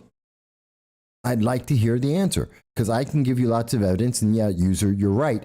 Like the masks, which were slowed down and we're paying more for them. And that's going straight to China. Why couldn't we manufacture them in the United States? We can, we're not. What about the tests for the pandemic? What about that? We're going to Germany. We paid $137 million under the Biden administration. We just inked the deal a month ago to build an entire plant to build up their industry in Germany, to build a plant to create the testing kits for COVID so that they could then sell that to the Americans in 3 years, 3 to 4 years. Why would we do that? We can open up a plant in America. There are plenty of locations. We can just go to an old abandoned plant, refurbish it, and make it here. And it won't cost us $137 million to do it. And our economy needs the jobs. But instead of doing it in America, we're doing it overseas. Why? Well, because America doesn't manufacture anymore. We're a service economy. That's stupid. Let me get back to some of the comments. Let me see here. And we haven't finished with what's going on with Lindsey Graham. I do want to follow up on the insanity of the hype that he is using and the madness that follows it in saying that we should assassinate other world leaders. I have not finished with that because that is important. And we really, really need to address this. And I don't care that he's a Republican. I don't care that he's independent. I will take him on because it's a stupid idea. And the consequences of this are insanity. It's so damaging to the world, the stability of the world, which is already failing. Joe Biden is already taking a hatchet and attacking stability in the world. And God help us once we get the Iran nuclear deal, which will be just like some crazy, I don't know, like one of those crazy killers in a slasher film, just running amok at a day camp. It's going to be the same kind of insanity. And now we have Lindsey Graham adding fuel to the fire. This is so bad. But I'm going to get there. So, user said that Joe Biden made the White House the best government-funded nursing home, a hospice maybe. An 18-year-old given a $500 million winning lotto ticket couldn't spend it as fast as Joe Biden is spending the American money, our debt. And it's true. We push paper around. We do. And we push it in our government as well as in our economy. And that's bad because it's inefficient. We're doing it in the most inefficient way with the least understanding of consequences because we are being fed nothing, a diet of nothing but hype without any substance or without any understanding of consequences. And that leads to the madness, because if there are no consequences, there is nothing restraining people from doing the worst things possible. That's why we see so much corruption in our government. Not that any government is without corruption. They all have corruption, including the American system when it's working perfectly, has corruption. But the level of corruption has been increasing over and over again. It's kind of like New York State with disgraced Governor Andrew Cuomo. That corruption was already there. New York State's been corrupt for decades. You can probably go all the way straight back to Tammany Hall. But if you don't want to go back quite that far, well, we can go back a couple of decades of governors in New York State that are completely corrupt, especially Cuomo. And his corruption isn't new. He was doing the same things year after year. Remember the Moreland Commission? You know how many years ago the Moreland Commission was when they were finding out that he was committing all the corruption that we know he did now, and he will not be convicted for? They dropped the case. The New York State Democratic Legislature, Democrats, progressives in New York, dropped every charge against Cuomo. He got away with the sex abuse 11 times. 11 times. Didn't get charged with one of them. He's walking off on that. $18.5 million in cash for the election cycle. And he bought off a bunch, in my opinion, he bought off a bunch of Democrats. So because they need the money for the election cycle. So they're willing to do anything, make deals with him left and right, including bailing him out of jail. This is ridiculous, folks. It really is.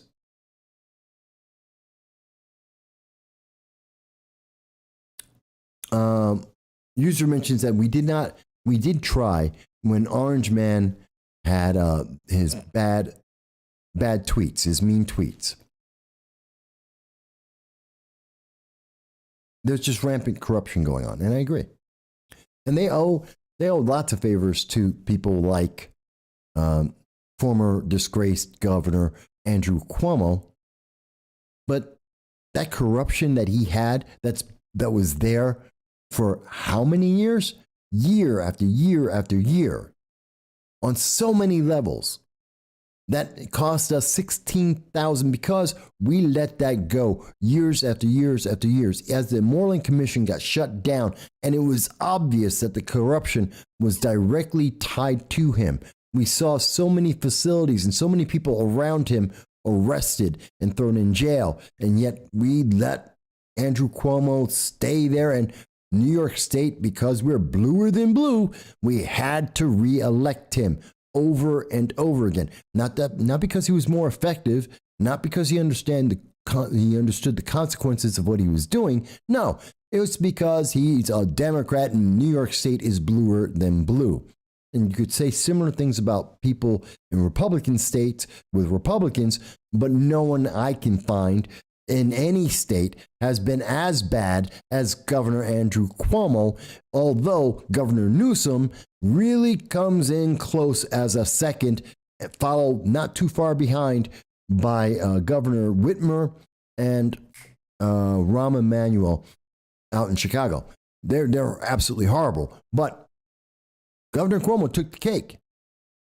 And he taught all of his lessons of being inefficient, being corrupt, and moving hype instead of substance to his lieutenant governor, appointed Governor Kathy Hochul.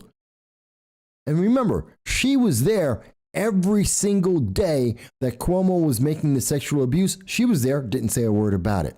She was there every single day as Cuomo was making all the corruption, didn't say a word about it. Didn't say anything about the 16,000 people that died in nursing homes. She had nothing to say about it. She was dead silent. She was complicit in all of this. So are we surprised that appointed Governor Kathy Hochul is now doing the same things that disgraced Governor Andrew Cuomo was doing? We shouldn't be surprised. Now, if you want to tell me, Mike, you just don't understand, appointed Governor Kathy Hochul is fantastic. She's the best appointed governor we've ever had. Let's have that discussion. I'm more than happy to do that. Because I don't think so. If you think she is, I have one simple thing to mention to you. 34,000 doctors and nurses. Healthcare was destroyed in New York State. She disabled our healthcare system by firing 34,000 doctors and nurses were fired by her before the latest variant of the pandemic ever hit. And she disabled our healthcare system. People died as a consequence of that. Our hospitals shrank their sizes, and they're able to help less people and less. Well, that's just the whole thing. They help less people now because of that. So if you want to tell me she's great, please, you're really going to have to stretch here and show me how. I could be wrong. I'm willing to hear how I'm wrong. Yeah. And you can call into 607-242-1582. By the way, it's not just for people who disagree with me. If you agree, you can call in too. Tina mentions that. Hello, Tina. Love you. Good to see you here. She says that appointed Governor Kathy Hochul is destroying New York State and chasing away taxpayers and small businesses. Just like we saw Andrew Cuomo do. Just like we've seen happening since 1958. New York State has lost taxpayers, we've lost population, we've lost businesses. Since 1958, without a pause. Every year and every decade since 1958, we have lost population and businesses, and we have become weaker and weaker as a state. We've become more inefficient. We have become more hype-driven without any understanding of the consequences, and we've been enacting more insane law after insane law, now being topped off with 800,000 non-citizens will be voting in our elections. 1/3 of the votes in New York State in 2022 will be by people who they are not citizens. They have no right to vote in America, and yet they're going to do it anyway. Folks, that's crazy. That's crazy.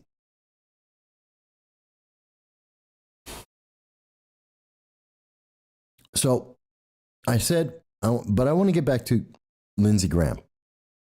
And by the way, if you say, well, Mike, but I'm not in New York State. Do you think you're not being affected by New York State? When we see Democrats running away from New York State, and they are running as fast as they possibly can. We had 375,000 people in 2021 that ran out of New York State to go to other states, including the state you're in right now.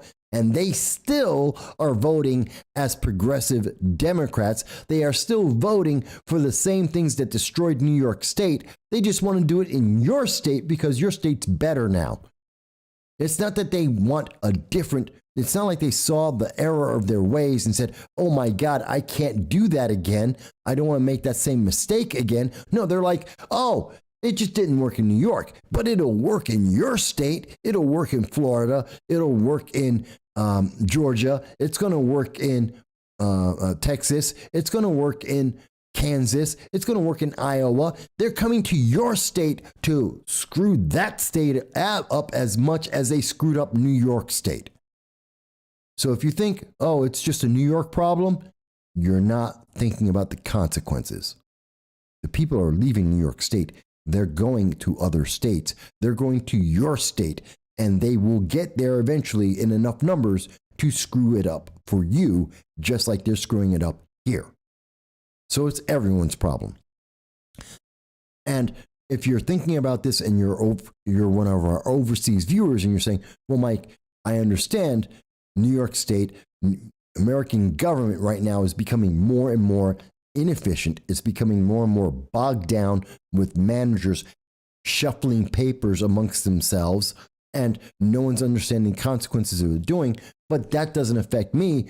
Again, let me remind you, we transitioned to, we're no longer a manufacturing country. We are a service country, which means if America is screwed up and we don't have any money and we can't buy anything and we're losing money to inflation and taxes, your country, which makes something that America buys, we're going to buy less of it. Your economy is going to get screwed up too. And that means your country is going to become more destabilized as more of your people are going to starve or get hungry or be radicalized. And no one's going to be there to step up and to fix that. And that's going to start your own cycle of downward spiral. So yeah, it matters. Even though I'm talking about New York State as an example, sometimes I talk about California, sometimes I'm talking about Governor Whitmer in Michigan, or I'm talking about Illinois. It's still affecting all of America, and it's still affecting the globe. It's just not doing it one-to-one right this second. It may take you an extra week, an extra month, an extra year, but it's affecting you too. And no one seems to be willing to be honest enough with the American people and the globe to say, yes, here's the problem here, and it's going to you next. It's coming to you. Understand the consequences of what we are doing and how those consequences will only add up, and they will get to you sooner or later. No one wants to say that in the media. No one has ever said that. I listened to, over 22 different news sources. I mean, I'm talking about The Guardian, I'm talking the Times of India, Times of Israel, I'm looking at BBC, I'm looking at New York Times, I'm looking at NBC, CBS. I look at stuff all around the world, Sky News, I even occasionally listen to RT News, Russian Times. From time to time, I check out all of the news services, and no one is actually saying this because everyone's playing the same game. Hype, hype, hype. More and more infrastructure that's clogged up with no efficiency. Be more progressive, be more socialist, screw up your government. Oh, and what's the consequence? Who knows? Don't worry, don't think about that. Don't think. Feel, obey, don't worry about it. Dangerous, people. Mike Bowie is asking, and thank you for asking, Mike, why have I been up for over 24 hours? Yesterday, the southern tier in the Binghamton-Broome County region, we had our St. Patrick's Day parade. And during that parade, so I went down, I covered the parade, I taped the whole thing, then I had to bring it back home, edit that. I had 3,000 photos that I had taken during the event, which I had to go through, edit, adjust, and publish that. So all of that stuff takes hours. Between the photos, the video, uploading it, getting that out, doing another video on the economy, getting that out. All that stuff took a bunch of hours. So I've just been up. And then researching for this show, making sure that I had everything up to date. It's just hours and hours. People don't realize to do the show, for every show, whether I'm doing a 30-minute video or a 45-minute video, because I'm gregarious and we all know that, or I'm doing this show, it takes no less, I will spend no less than 3 to 4 hours in terms of research. No less than 3 to 4 hours. And that's on a topic that I know dead like the back of my hand, where I've been covering it so much recently that I know all the news that's been coming out on it. And now still take me 3 to 4 hours. So it can take up to 6 to 8 hours just for me to do one video or to do one show to speak with you so that I'm prepared, so I can answer your questions, so that I can know what's going on so that I understand what are the consequences, what is happening, just for my own knowledge, not just for the show, but just for me. So a lot of people don't realize that. So when I'm doing multiple shows and videos back to back, and I'm not like one of the bigger channels, I don't have a staff. I'm not like G4 where they have 24 people working on writing one review. I'm not like even Timcast, as an example. Tim's got a whole house full of people. He's got a bunch of news personnel working on everything. That's great. And I'm not jealous. I'm not upset. I'm not saying that Tim shouldn't. He's got success and I'm glad for him to do that. I only have me. So 8 hours of work is my 8 hours of work. And thank you, user. Yeah, I do believe I put in a lot more work than most of the mainstream media, which is why I can tell you why I'm pulling up these stories from around the world, these stories that you're probably not hearing about, that no one's actually talking about, and going into, well, what are the details? What are the consequences? What's happening with that? It's why when people ask questions, most of the time, except when it's about entertainment, but most of the time when people ask me a question about what's going on with this area or that or this idea, that's why I know, and I can go, okay, well, this is what I know about it. This is what I understand about it. This is what I think. It's because I I don't watch entertainment. I don't watch TV. I don't watch movies. I watch anime. I play video games. In particular, I've been playing EVE Online, which is free. And I read the news. I watch the news. That's it. I like it. I don't advise it, though. Not great for keeping a girlfriend. But let's get back to Lindsey Graham. Yeah, exactly. I did want to get right back to that. So back to Lindsey Graham. He's asking for someone to assassinate a world leader. Perhaps Lindsey Graham is old enough to remember this, as is Joe Biden. I'm old enough to remember it from school, that World War I started because Archduke Ferdinand was assassinated. An assassination led to a global war. And now we have Lindsey Graham saying, let's do it again. Lindsey, you're older than me. You know this. You know that's how World War I started, that it created all the problems, that this is insanity. You're asking for a cycle of world leaders to die. You're looking at global instability. And like I said before, we don't know who's going to replace. We don't know that we're going to get someone better in charge. And I guarantee you, if someone kills Putin because of assassination, you're going to see a bunch of assassinations of a bunch of world leaders. Because if one can go down, they all can. Because all of them can be killed. We've seen that. They tried it with Reagan. We've seen it with Abraham Lincoln. We've seen it. And look at all the small African nations. I mean, they fall like flies. Look at what happened in the Dominican Republic.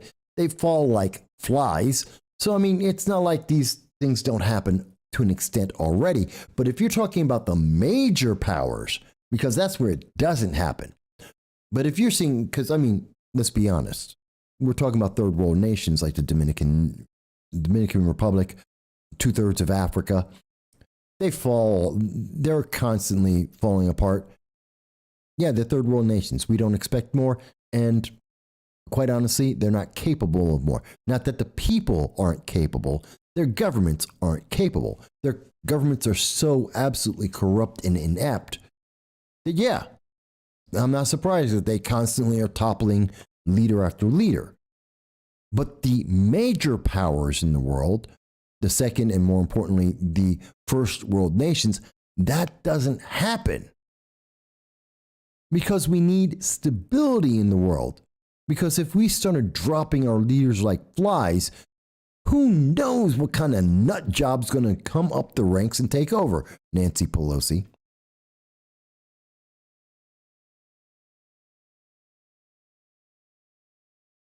And yes, like I was talking about with Lenin, where Stalin replaced Lenin. Complete insanity. By the way, there is a saying, there is a thought in Russia. I remember when I was in Moscow, I was talking to some people about it. There is the belief that Lenin knew that Stalin was trying to kill him and that Stalin wanted power. And so Stalin assassinated Lenin so that he could get the power. And the last words of Lenin were to say, don't let Stalin have the power.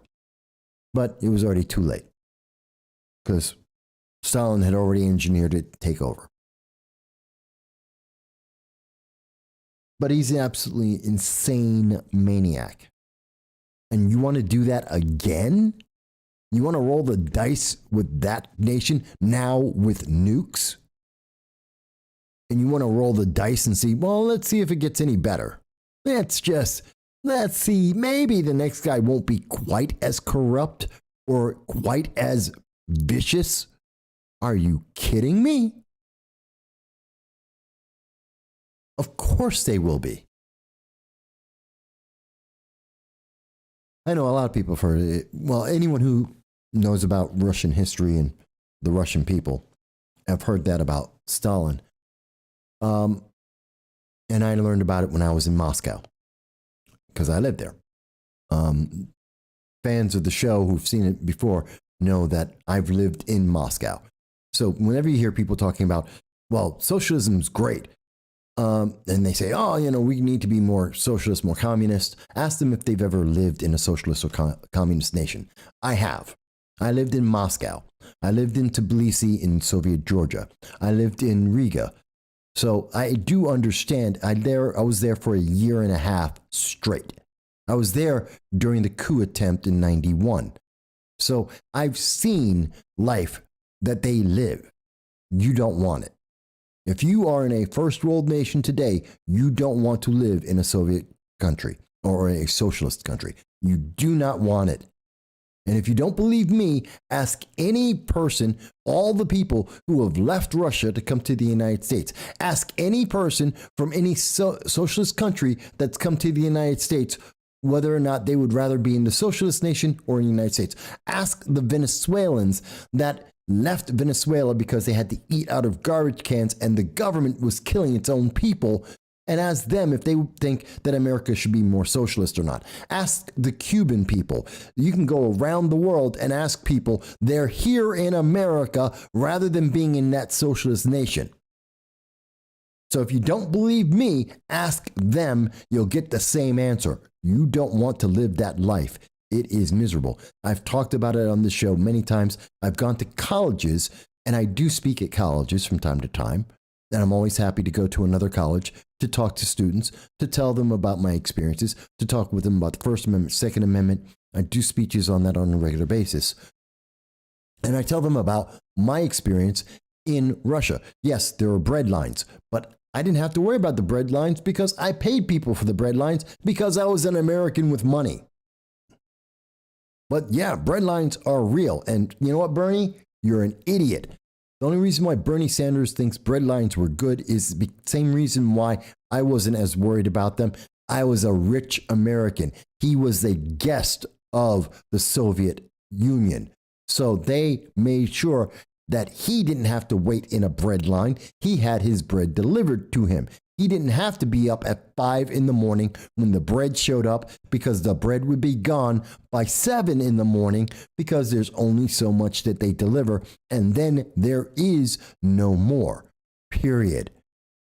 Once the bread's gone, there's no more bread until the next day. If you didn't get it, you're not going to get it, period. So when we hear that Lindsey Graham is making this kind of a stupid statement, what he is talking about, the consequence of what he is talking about, because this is hype. He's talking hype right now. He is hyping up, yes, he's hyping up the Republican base. He's hyping up all the people who are in favor of the Ukraine versus Russia, which is great. And he's hyping them up and he's demonizing Russia, which is elevating the tensions between our nations, which brings us closer to war. But more importantly, he's also not understanding the consequences of what he is saying because it is madness. The hype he is saying is bringing us to a point of madness because if the stable first world nations are constantly or even occasionally losing their leaders to assassinations, which doesn't happen anymore, that brings us closer to a World War I scenario where all the dominoes fall because, well, America was responsible for getting rid of Putin because Lindsey Graham. So now the successor to whoever takes over for Putin, well, they now have a gripe with the United States and they've got to do something about it. So maybe they work with Iran, who wants to destroy America anyway, and they try and get someone with a suitcase bomb that's Iranian or one of the Iranian terrorist organizations that they pay for to come over to the United States to go and have a suitcase bomb. And now we've just escalated the problem. We've increased more countries that are involved, and the cycle keeps going. World War I.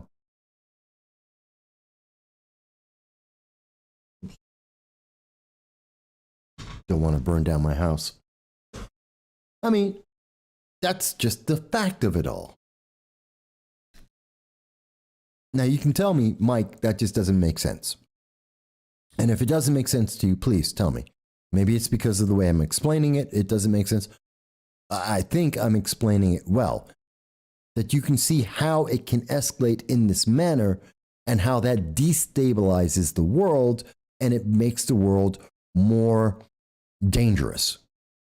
And that escalation continues and keeps on building until there is, in fact, a war. Which is why the rhetoric coming out of Lindsey Graham is so dangerous and has to be denounced. And I know he doubled down and said, nope, I'm standing by this because Putin is such a bad guy. I am sure, I'm not disputing Putin is a bad guy, absolutely. He's KGB trained. He's not a good guy. I've dealt with KGB agents before. They're not nice people. They're bad people. No doubt. But at the same time, we can't willy-nilly just try and get them assassinated and publicly call for it. I mean, even if you want to go down the deep, dark route, you want to go down that dark rabbit hole, guess what? Rule number 1, you don't tell anyone. It's a secret for a reason. It's called an assassination for a reason, because you're not supposed to tell people about it. That's not a good thing. Because it only leads to someone else going, now I've got to retaliate. You've just escalated the problem. The problem didn't go away, the problem became bigger. And Lindsey Graham should know better. He spent decades in our government, in Congress. He's been in the meetings overseas. He gets the intelligence reports. He's not that dumb. Lindsey Graham knows better.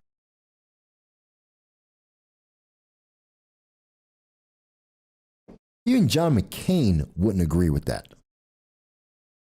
And John McCain had his moments. And he would have told Lindsey, shut up. You don't know what you're talking about here. That's just stupid. And it is.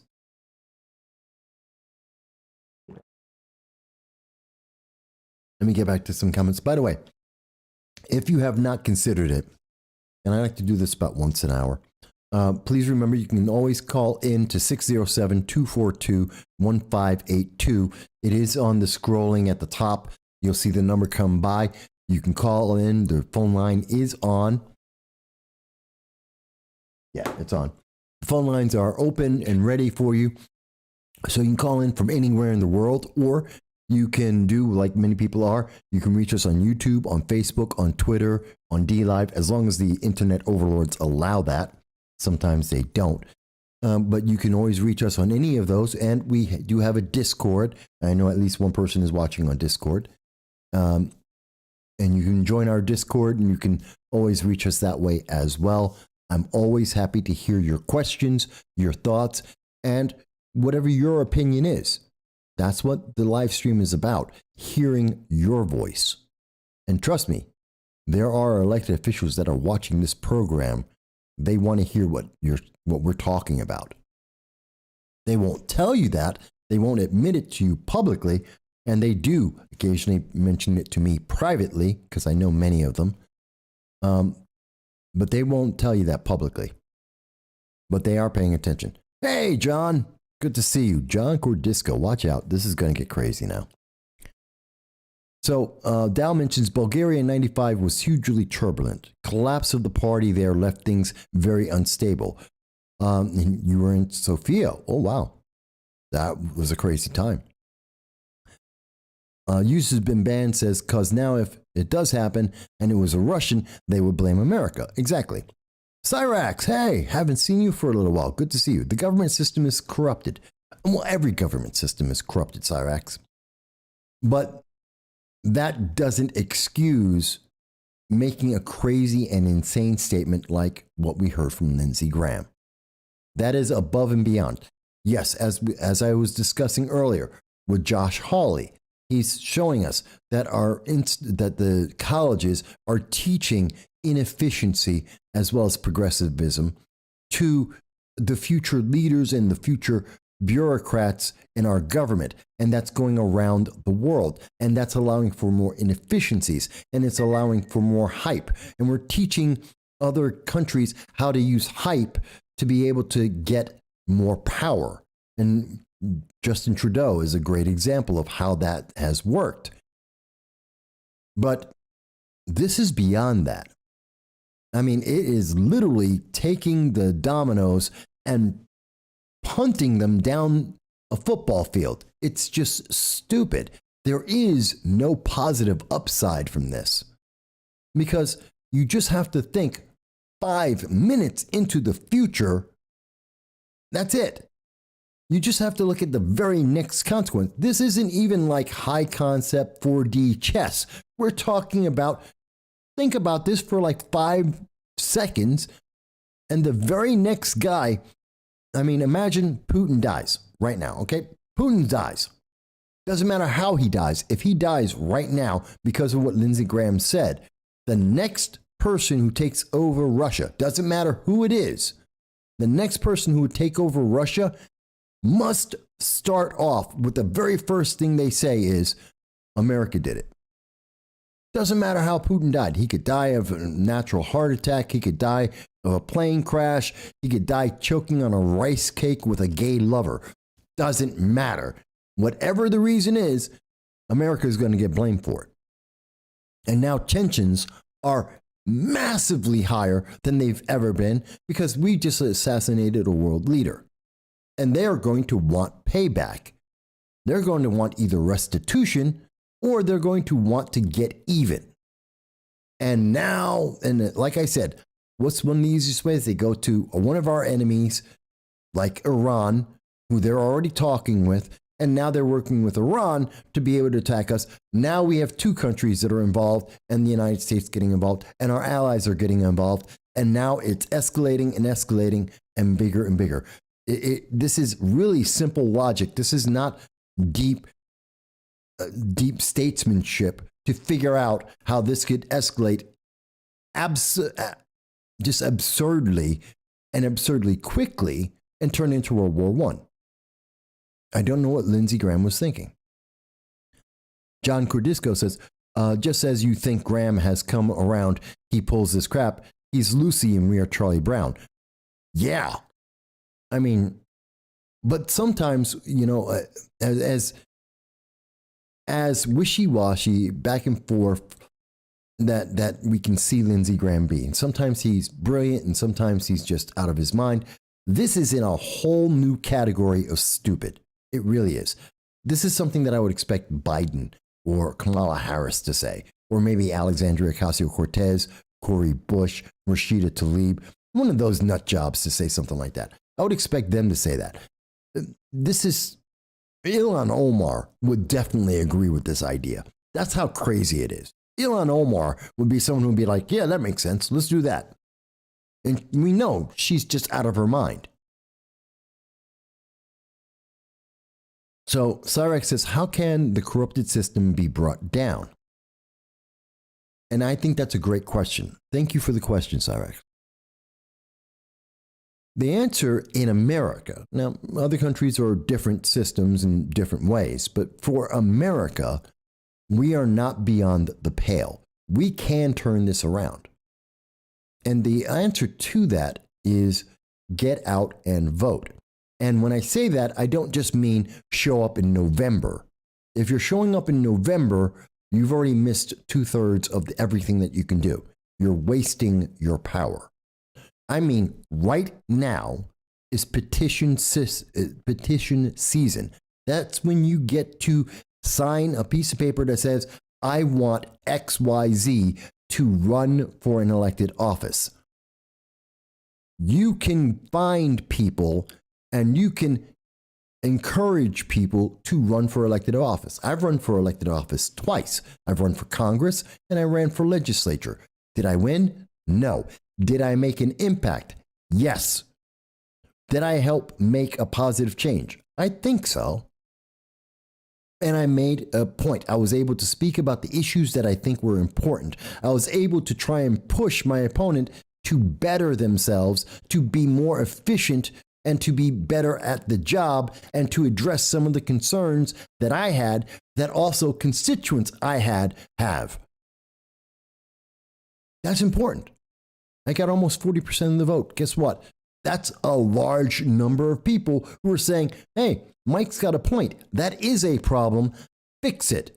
And if you don't fix it, next time you lose in the election and Mike will win or someone else will win. Guess what? That's effective. That makes a difference. Guess how I got there? I went out and got my petition, walked around and said, would you like me to talk about these issues? Because I think they're important and I don't think anyone is addressing them. No one is talking about it. No one's got a solution for it. No one is effective. Oh, you know what, Mike? You're right. No one is being effective. I agree with you. That is an issue. Okay, I'll sign the paper.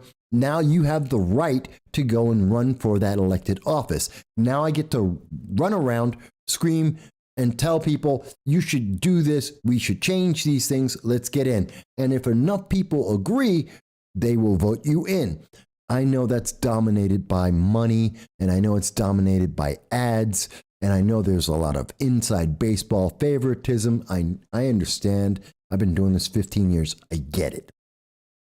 But the fact is, you can make that change. And if the American people are paying attention to not the ads, but the content, to the substance and not the hype, then we will get better people in elected offices. It starts with you saying, I'm involved, not only, and maybe you don't want to walk around and get the petition, or maybe you don't want to convince the person. Guess what? When someone comes to your door and says, hey, I'm in party XYZ and you're in that same party, will you sign this petition? Don't just sign whatever paper they say and say, okay, whatever name's on there, yeah, sure, I'll see them in November. Actually, look at who is running, find out if there's anyone else running against them, because not everyone mentions that there's more than one candidate in their own party, and find out why should you vote for them? Why should you sign that petition for that candidate? Why should they be the one to run? It's not enough to say, well, you know what? They're a Democrat. I'm a Democrat. So you're a Democrat. So sign the paper. No. Are they a good Democrat? Are they competent? Are they like,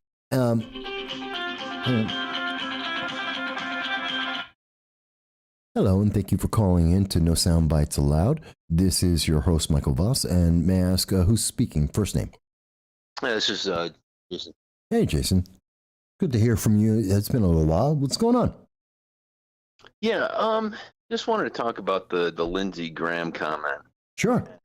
and that situation. I had some mixed feelings about it.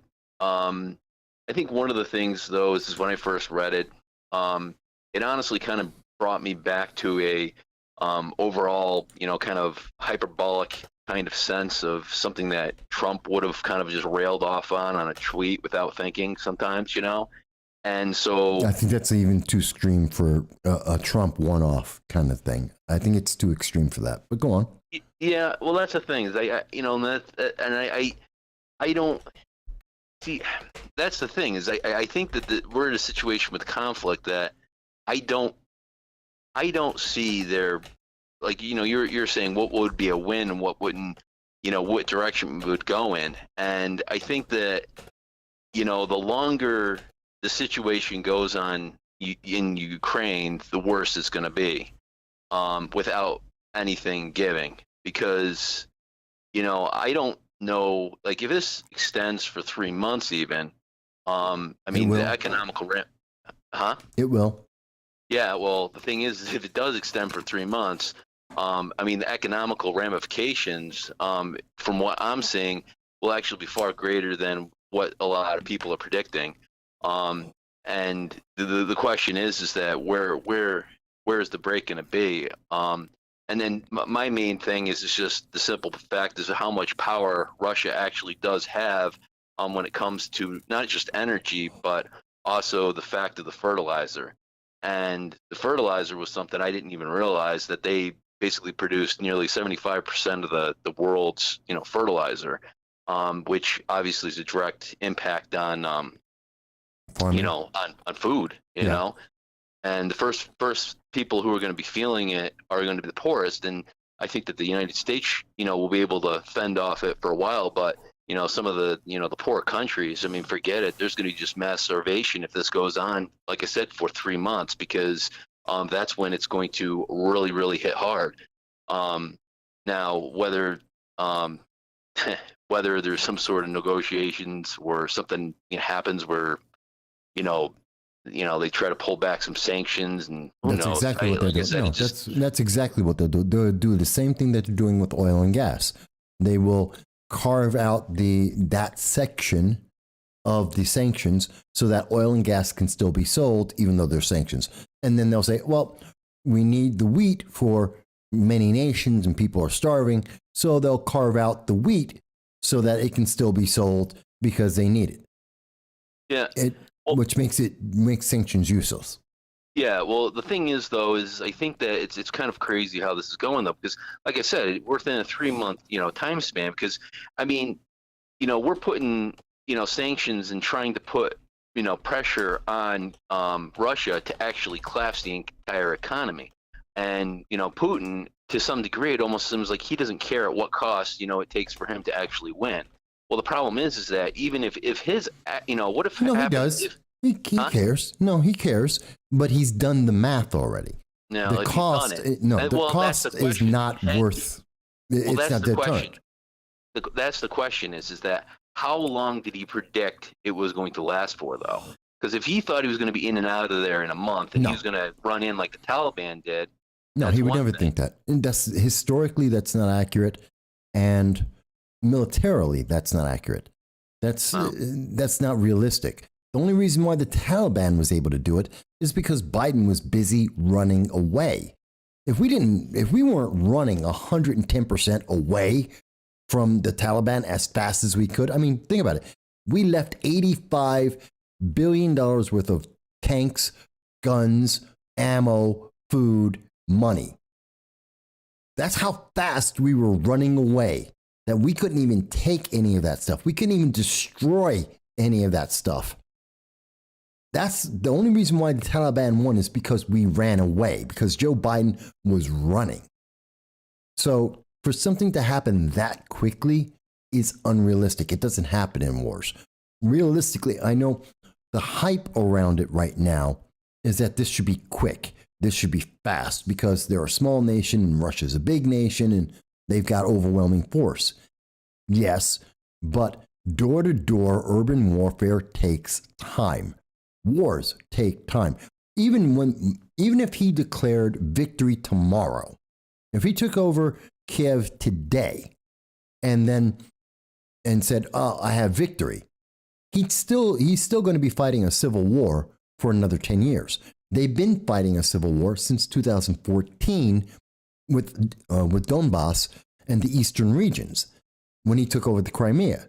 So this is not absolutely 1 month in and out thing. He's looking at several months, and it looks like everything's frozen, but I think it's still talking. Go ahead. Yeah, it's just like I said. In my mind, I'm looking at the sanctions and the way they hit. I mean, I don't know. The one big question is that what sort of deal he's got worked out with China? Because, like I said, with the sanctions and the way that it's hitting different industries, like you were talking about the wheat, them trying to carve something out with it, Yeah. But I almost question whether or not, if this goes on long enough, whether their actual entire, farming sector or something like that could actually collapse within the country within, a prolonged amount of time without any sort of relief. Russia? No. You wouldn't think so. No, that's why he's actually in there. He wants the wheat. He wants the uranium, the wheat, and the access to to the Black Sea. That's why he's there. We're talking about Ukraine's, but I'm talking about Russia's own economy itself. No, that's what I'm talking about.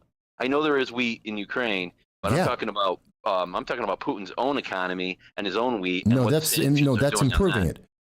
Huh? He's taking over the Ukraine because it serves 4 purposes: wheat, uranium, access to the strategic, which is actually 2, but one of them being connecting the Crimea and giving access to the Black Sea. Those are his reasons for being there. And it is actually a net positive, more than the sanctions, to have more of the Ukraine than to not. The sanctions do not add up to the benefit or detract from the benefit of having more of the Ukraine. That's why he's in there. And that's what he's doing. I suppose. And that's the question is that how long, and that's like I said, this, in my mind, that's the variable. So his country can stay, so Russia can stay afloat with the sanctions for a duration of time, and their economy can go, and he could risk that and take that over. But the question is that how long, can the rest of the world last in this conflict without, having that wheat, without having that, reserve of energy and the fertilizer, impact on that. How long are different countries going to be able to maneuver around? I mean, like I said, it's as if it was a conflict for a couple months, fine. I mean, you're predicting, and some are predicting that gas prices may get up to like $5.50 in the summer. But I mean, I would say that would happen. But that's that's even if the conflict. Well, what are we at? We're already at March. Yep. So 3 months, conflict goes on. I mean, I don't know, summer. I would predict actually higher prices than that. Well, we will have higher prices, but you're talking about the average cost of gas, right? Because, average in the United States. Over that price in San Francisco. So, there'll definitely be regions that'll be higher. There'll be some regions that'll be lower, but overall, it's going to be higher. We're going to see on average about $5.50. Yeah, probably nationally, but who knows? I mean, it is difficult to say. But like I said, I mean, the Lindsey Graham thing, I mean, is it, I don't, there's so many reasons. I mean, maybe personally, I just don't take it seriously, and on a world scope thing, it's for one, he's a senator from a party that has actually really no power, within the government at this point. The Democrats, rule the stuff. So when he's spouting out stuff, does anybody take it seriously? And then even if so, if something happened to Putin where he was assassinated and if anything did happen to Putin, regardless of what the situation is, I mean, obviously they're going to blame it on the United States no matter what, No, so not necessarily. Not without that statement. That statement is inciting because the next guy has to start his first sentence in taking over power is America did this. Yeah, but you've now escalated the problem. That's another thing too, though, is that I guess it's the motivation of the individual who takes over the power. I mean, a lot of these guys are looking for their own, piece of the pie, and by starting, some sort of vengeance, on Putin, I just don't necessarily see it being advantageous. I mean, quite frankly, they come in there, they could take over, like you said, the southern and the eastern part of Ukraine and try to negotiate a deal out of that, end the war. Then they walk out of there like they're the hero. You know what I mean? No, they won't be the hero because you're also leaving out what are the Russian people thinking. The Russian people don't have the. No, it does matter. That's who they serve. That's who they have to have behind them. Yeah. Let's think of it. Hang on. Let me explain. Think of it like, and a lot of people haven't read this, Machiavelli, his treatise, The Prince. A lot of people haven't read it. They should, which is a lot of international diplomacy is based almost essentially between that and the art of war and some, I think, Nietzschean points of view, but that's another thing altogether. But what you're looking at here is he has to appease, any world leader has to some degree, appease the people, either to keep them very calm, like in Rome, or here in the United States, we have lots of entertainment distracting the people. But you have to give them something. They have to be happy. That's why Biden's so desperate to have a win right now, because he has to appease the middle of the country. Otherwise, everything erupts. Chaos starts brewing. People start trying to defect. The nation starts falling apart at the edges. So Putin right now, the average Russian isn't against what he is doing. The world might, the Russians aren't. He's okay with his people. They're mostly okay with what he is doing for a lot of reasons, cultural, economic, there's a whole bunch of reasons. But they're mostly okay with it.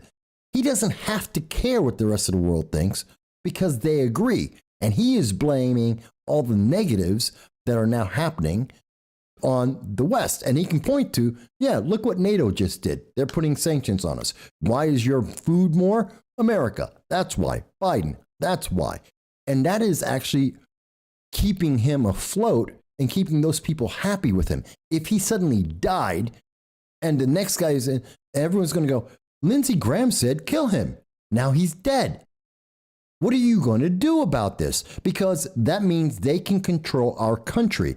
They're looking, the Russian people will look at it entirely differently than the rest of the world.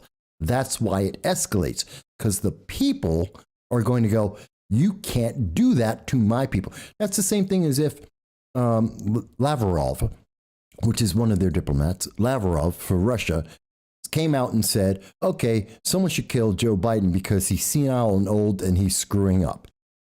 And as much as he's screwing up, I would never want that to happen to Biden. But if Lavrov said that and then Biden died, everyone in America would go ballistic and you'd be hearing people saying, we need to nuke the hell out of them.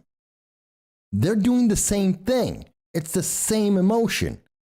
And it's the same political response. That's why it's so bad for what Lindsey is saying. He is escalating it. Not forget the politics of the leadership. It's the people that he's now pissing off. And that demands a response. Otherwise, that new leader isn't a leader anymore. He's going to be deposed for someone else who says, I'm going to stand up for my country. You can't do that to my people. Do you see why that's a problem? I understand it. Okay. But you don't have to agree, but no, I understand it. But right. the way that I see that the Russian media works and the way the information does, that the leader has so much power to basically manipulate the narrative to serve them, And I mean, if you had a new, fresh leader come in, and for one, is that Putin on the world stage, as far as, he's going to be treated, is going to be, I mean, he's got no power, I mean, that's not true. Nobody's going to, respect him the way that he was, before, that's or treat him in a way that they can really negotiate with him as if he hadn't done this. The thing is that if a new leader came in, and then all of a sudden said, okay, and I want to come to the table, we're going to negotiate, we're just going to take this piece of, Ukraine and, pieces on the table and all that, then he basically can go back to his people, say, okay, I ended the war, the sanctions are over, your lifestyle's getting back on, we've got this piece here, And then, from there, he's got power to negotiate on the world stage because he's not Putin. He's not the guy who invaded them. He's the guy who actually made the And peace. here's the answer. And here's the problem with that. Here's the problem with that. Because some guy, Volodya, we're going to call him Volodya, which is actually a Russian name. Well, Volodya is going to say, oh, but you're a puppet. You got all that stuff because you're a puppet. You're not a true Russian. You don't believe in Russia. You're not standing up for Russia. You're a puppet. You were bought. And so we need to depose you so that we can actually stand up for Russia. That's your problem. And will happen. That will happen. There will be infighting, within the heads, without a doubt. I believe that's already a problem now, though. Not really, no. Yeah, I don't know.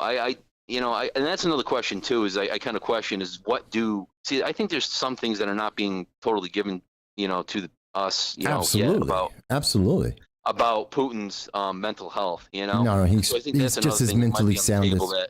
No, that is hype. That is no. I don't think that he's crazy, but I don't think that he may not have the longevity, that wouldn't. That man's in great health. So that man is in great health, and his mind is as sharp as it's ever been. Yeah. Well, and again, I'm not trying to say this because I think he's a good leader or I think he's a good guy. I don't. But I don't want, I think we underestimate him too much, which gives him opportunity to take advantage of us on a world stage. It's too easy to say, well, he's just insane. Okay, but he's a smart, insane guy.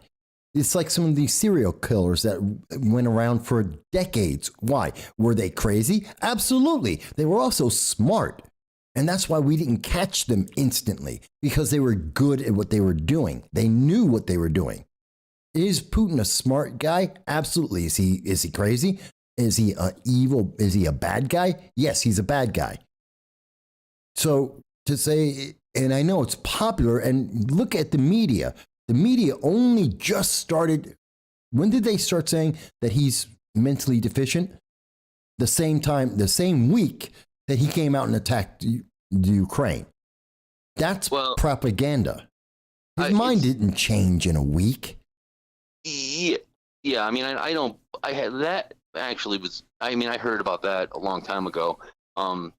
People were mentioning certain things about that. And then I know that they were talking too that the Senate, had some other stuff on him. I mean, just looking at his behavior and just saying that he's crazy from that, I definitely wouldn't do that. Because the invasion himself, look at the entire idea in his scope, to expand Russia and, to get that region, on paper, makes, perfect sense. But the question is, I economically don't see, it being calculated that it was going to last as long as it has, And then plus I absolutely do. I absolutely do.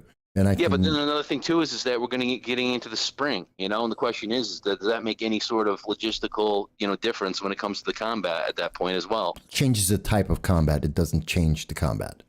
It changes the type. They're going to have less tank-driven combat and more man-to-man combat and more artillery combat, because they're not going to be able to run tanks as well because the ground's going to get softer. It doesn't stop it. It just reduces the number of tanks, but it increases the amount of artillery, the amount of rockets, and the number of foot soldiers. That's what's going to change. Yeah, it makes it bloodier. Yeah. Yeah, and that's the big problem. Without the tanks to be able to maneuver and to push through, the front lines and take things over. I mean, that's generally the way a lot of wars were taken on with that. But yeah, like I said, the longer it waits, the worse the outcome. Will be for the entire world. And honestly, I think Joe Biden too. I kind of wonder what he's thinking, because and that's the question too: is did our administration actually believe that Ukraine would have held up this long? Yes, but they also, yes, they did, but they thought I don't think they ever thought it would get this far, because they thought that the Ukraine would back down to the pressure coming from the United States and the rest of the world, saying, just give up the land. That's what Joe Biden started with. In Yeah. December of 2021, he started with give them the land. And the pressure was on that. He got a little pushback when the rest of the world started hearing about it, but the world leaders weren't saying, no, Joe, that's not right. They were saying, don't say that publicly. Don't get caught. And every time he kept saying it publicly, the rest of the world is like groaning, going, just shut up. Stop telling people this. It can't happen if you keep telling everyone that you want Putin to take this. We have to stand against him. So he was his own worst enemy on that. And that's the question with Biden, is the fact that he has a problem where, who knows what sort of meetings he's even in. And their probably advisors are saying, hey, look, the less resistance that Putin has to take this place over, the quicker, we can get on with the rest of the world. He didn't even want to give Putin sanctions. He wanted to hold off. I mean, he wanted to wait till the last second. And they're like, well, are you going to give him sanctions? And he says, well, it depends on how far in he gets, and it's like. Right. And we'll have a sliding scale of sanctions. The longer he's in, the further it gets, which is stupid. Yeah. So he wanted, I mean, he literally, and that's why, and that was part of my reason why I thought that this was beliefs by Biden and our administration was saying that, they wanted it done quick. They thought it would be quick, No, they like I didn't said, think as far as our economy goes, quick was going to be, far better. The longer it goes. But like I said, with Russia. A difference. I understand what you're saying, but there's a difference between quick and appeasement. They were looking for appeasement, and they thought they would get that so that they wouldn't have to have this problem because it's bad for Biden. If there was appeasement, Biden could take the position, since he was leading that charge, to then say, we increased the net world peace. I'm a great leader. This is a win. This is a political international victory. It's bad for the people, but it's less bloodshed. I'm a good leader, good negotiator. He didn't get that. That's what he was pushing for. That's what he wanted to see. That didn't happen. That's what he needed. And like I said, I think though is just, it's like I said, I think though, well, politically, that's I think going to be part of the problem for the Biden administration because, like you said, if the longer this goes on, the longer the sanctions, and like you said, I really think that the food and that fertilizer and other stuff is going to have massive, problems. Not as like I said, we're going to pay, crap load of money for food in this country, But I mean, everybody's always talking about gas prices being high, but food prices, that's going to be just a whole other beast, because you cannot grow anything without fertilizer, and that is just like double of cost or even maybe triple of cost. I mean, that's going to be astronomical. Third world countries, I mean, if they don't get that, then boy oh boy, I can't imagine what's going to happen then. Yeah, they have. I don't think most of the world leaders have fully understood or considered the consequences all the way through, because their actions, their comments right now are saying, well, like I started with the show, we have too many cooks, too many chiefs in the conversation. You have France is in there, Germany's in there, England is in there, or the United Kingdom. We now have Israel in there and the United States. What is that? That's 6 people who are all having conversations, all the same idea of a conversation, but they're also competing against each other because everybody wants to be the leader. Everyone wants to look good. Everyone wants to be the guy who says, I'm the one who caused peace. And they have different amounts of support for the Ukraine, although no one's willing to actually put their foot in there and actually say, here I am. So everyone has different levels of commitment to this. And they all have different interrelations. Like Germany is, if you've noticed, Germany has been the least outspoken of any of the first world nations, especially in Europe, because they are desperate for the oil and gas coming out of Russia. They need that desperately, especially since the United States stopped producing oil and gas. That was their relief valve, and that gave them more leverage with Russia. When we stopped being an exporter and went back to being an importer, Germany became absolutely dependent on Russia for the oil and gas. So that's why Germany has been relatively hands-off, and they are the last person into the game having negotiations or doing anything because they don't want to piss off Russia. They need the gas. They need the Yeah. oil. No, it's bad, and that's part that runs into the whole Iranian deal as well too. There's speculation as well that if Biden tries to pull off some sort of deal with Iran, that that added fuel would actually potentially decrease pressures by like 10% for whatever that is. They are actually in the middle of negotiations. The reporting is now that we will see a deal within the week to 2 weeks, which is a little outside what I had predicted. I thought it'd be a little bit sooner. But Russia is now making that they are part of this deal, which I was going to get to a little bit. Russia demands for U.S. guarantees may hit nuclear talks with Iran. See, Russia has a deal with Iran already. Yeah. And so does China. And what they're looking to do now is their relief valve from some of the sanctions is Iran, with Iran not having the sanctions, with the nuclear deal back, which removes the sanctions on Iran.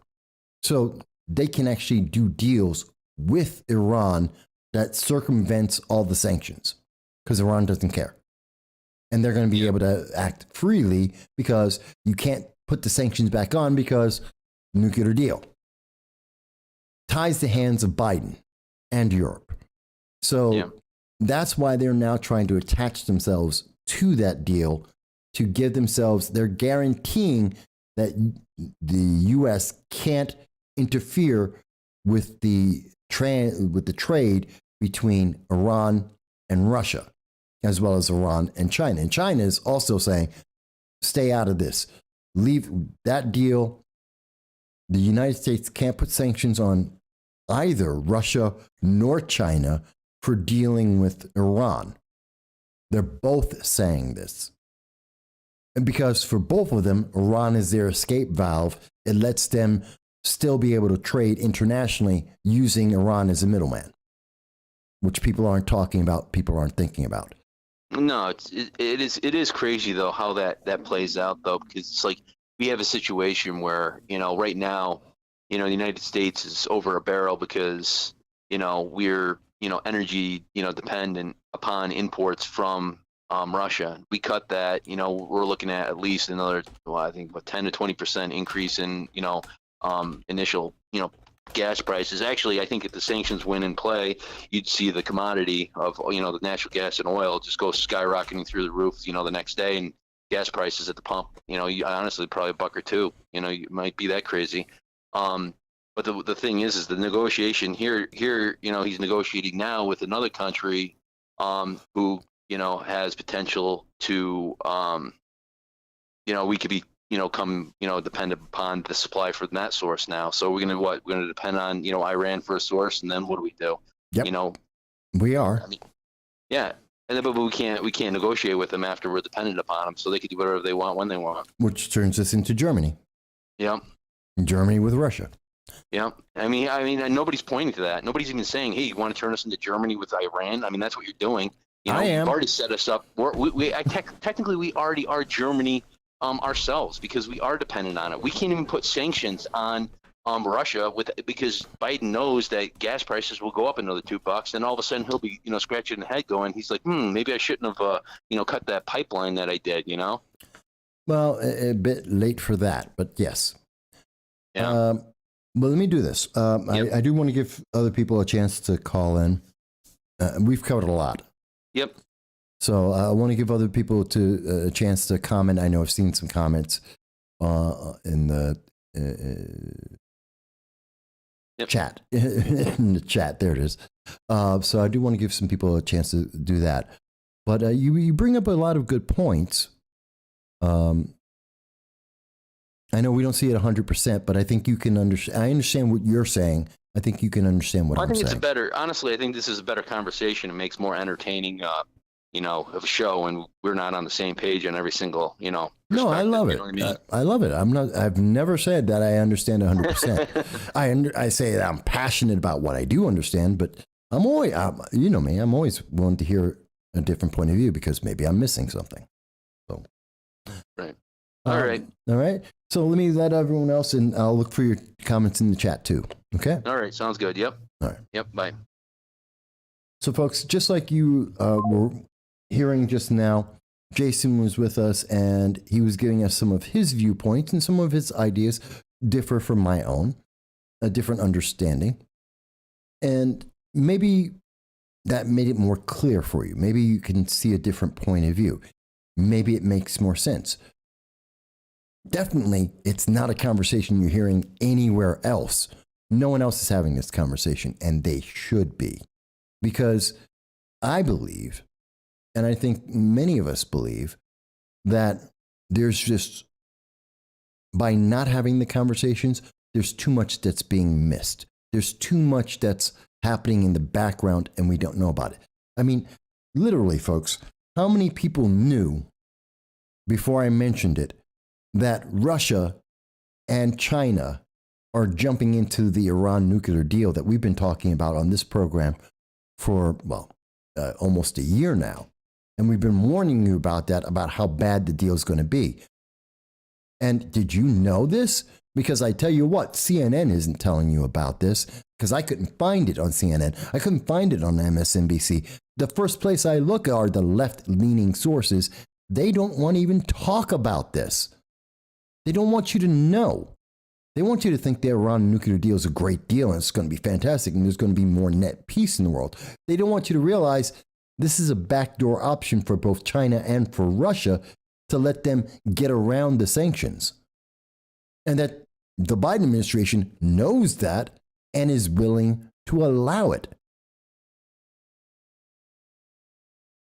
So that's a little bit troubling, and that's scary. But that's why we have these conversations, so that you can then turn around and speak to, say, if you're in the United States, say your congressman like Antonio Delgado of the New York 19th District, who refuses to speak to me, refuses to respond as a constituent or as a member of the press to any question that we've asked for the last 6, maybe 7 months now.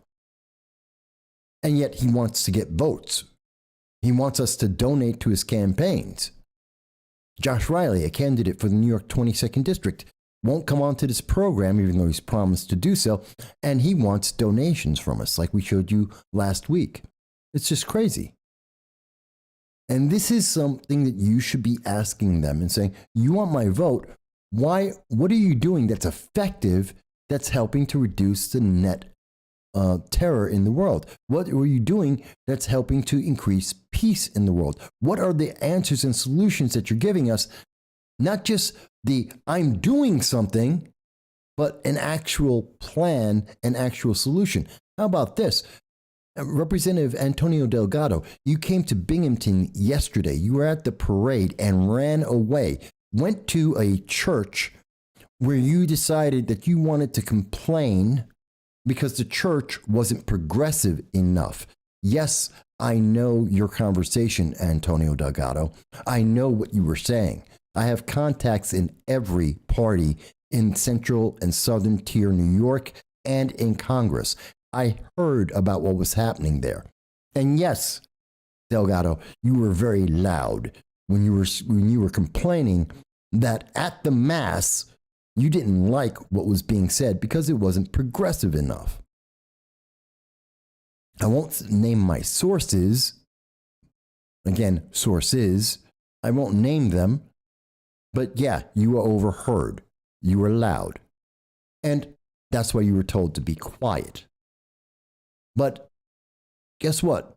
Representative Delgado, you were so busy running away, you ran over to, after the Mass, to go and have a drink, to hang out with some of your other Democratic buddies, to be able to shore up your re-election campaign, that you didn't bother to actually pay attention to the people you actually expect to vote for you, the people that you're assuming are going to vote for you automatically because the gerrymandering made the district heavily Democrat.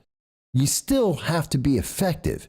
And why don't you go to your party and have them demand that there is an actual international policy made with the Biden-Harris administration so that we don't keep running into these Afghanistan moments, that we don't keep running into these Ukraine moments, that the world can stabilize because we have strong leadership because they know what to expect.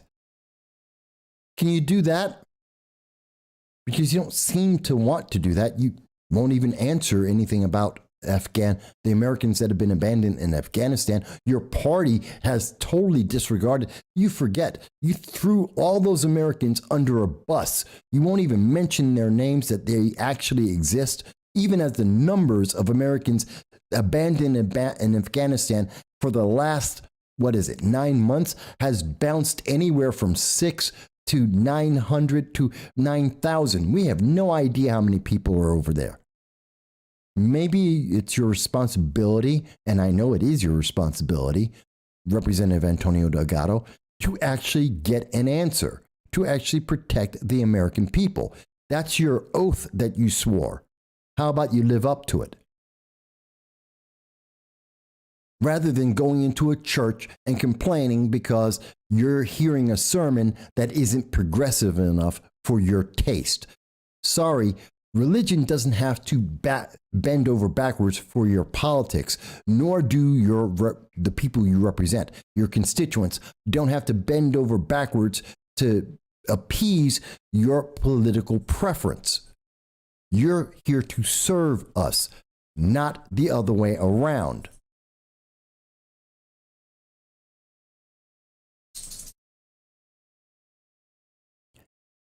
I do try to... Mike Bowie mentions he liked the fact that Jason and I were disagreeing, but we're civil.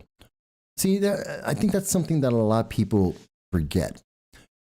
I haven't had a lot of guests on in the last 9 months or so, but I've had a lot of Democrats on. I've had a lot of elected officials on who I disagree with in terms of their policy. I know a lot of them in person. And they have my phone number. They know my home. They've been here before for interviews and such. I try to always be. And in real life, lots of people know that I am a political guy. So, I'll go out to a bar. I'll go out to have dinner or whatever. And people will go, oh, Mike, I heard about X, Y, Z. What do you think about that? Blah, blah. I always try to be very pleasant about it. I always try to be very civil about it, even with people I don't agree with in points of view that I don't agree with. Because I can possibly learn something. Maybe there's something I'm missing. Maybe I misunderstand. Maybe there's something they're misunderstanding. And a lot of people think, well, Mike, you're so passionate. You must be, this mean guy. You must not listen to people. You must be angry. No. The only time that ever happens is when they start off with, well, you're an evil racist. I'm sorry. Now, that's not a conversation. Or you're ugly. Or you're soulless.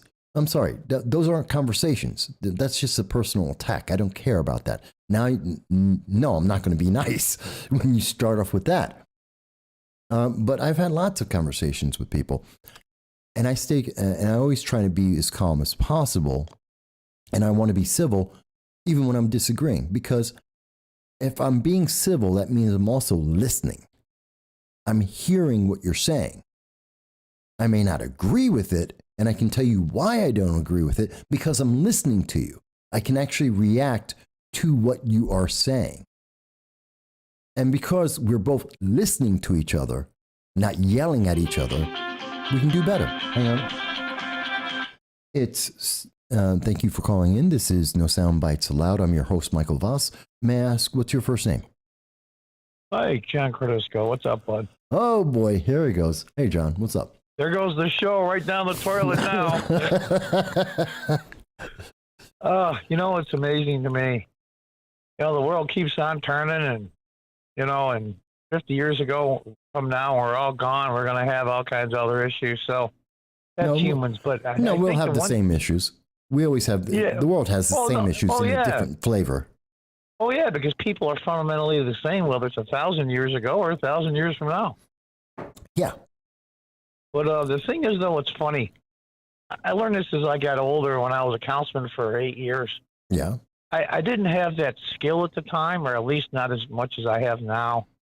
is putting yourself in your opposition's or the person who disagree with position Mm-hmm. and try to see it through their lens. Now, they may be blank crazy and think the world is flat, Yeah. but you try to do the best you can, you know.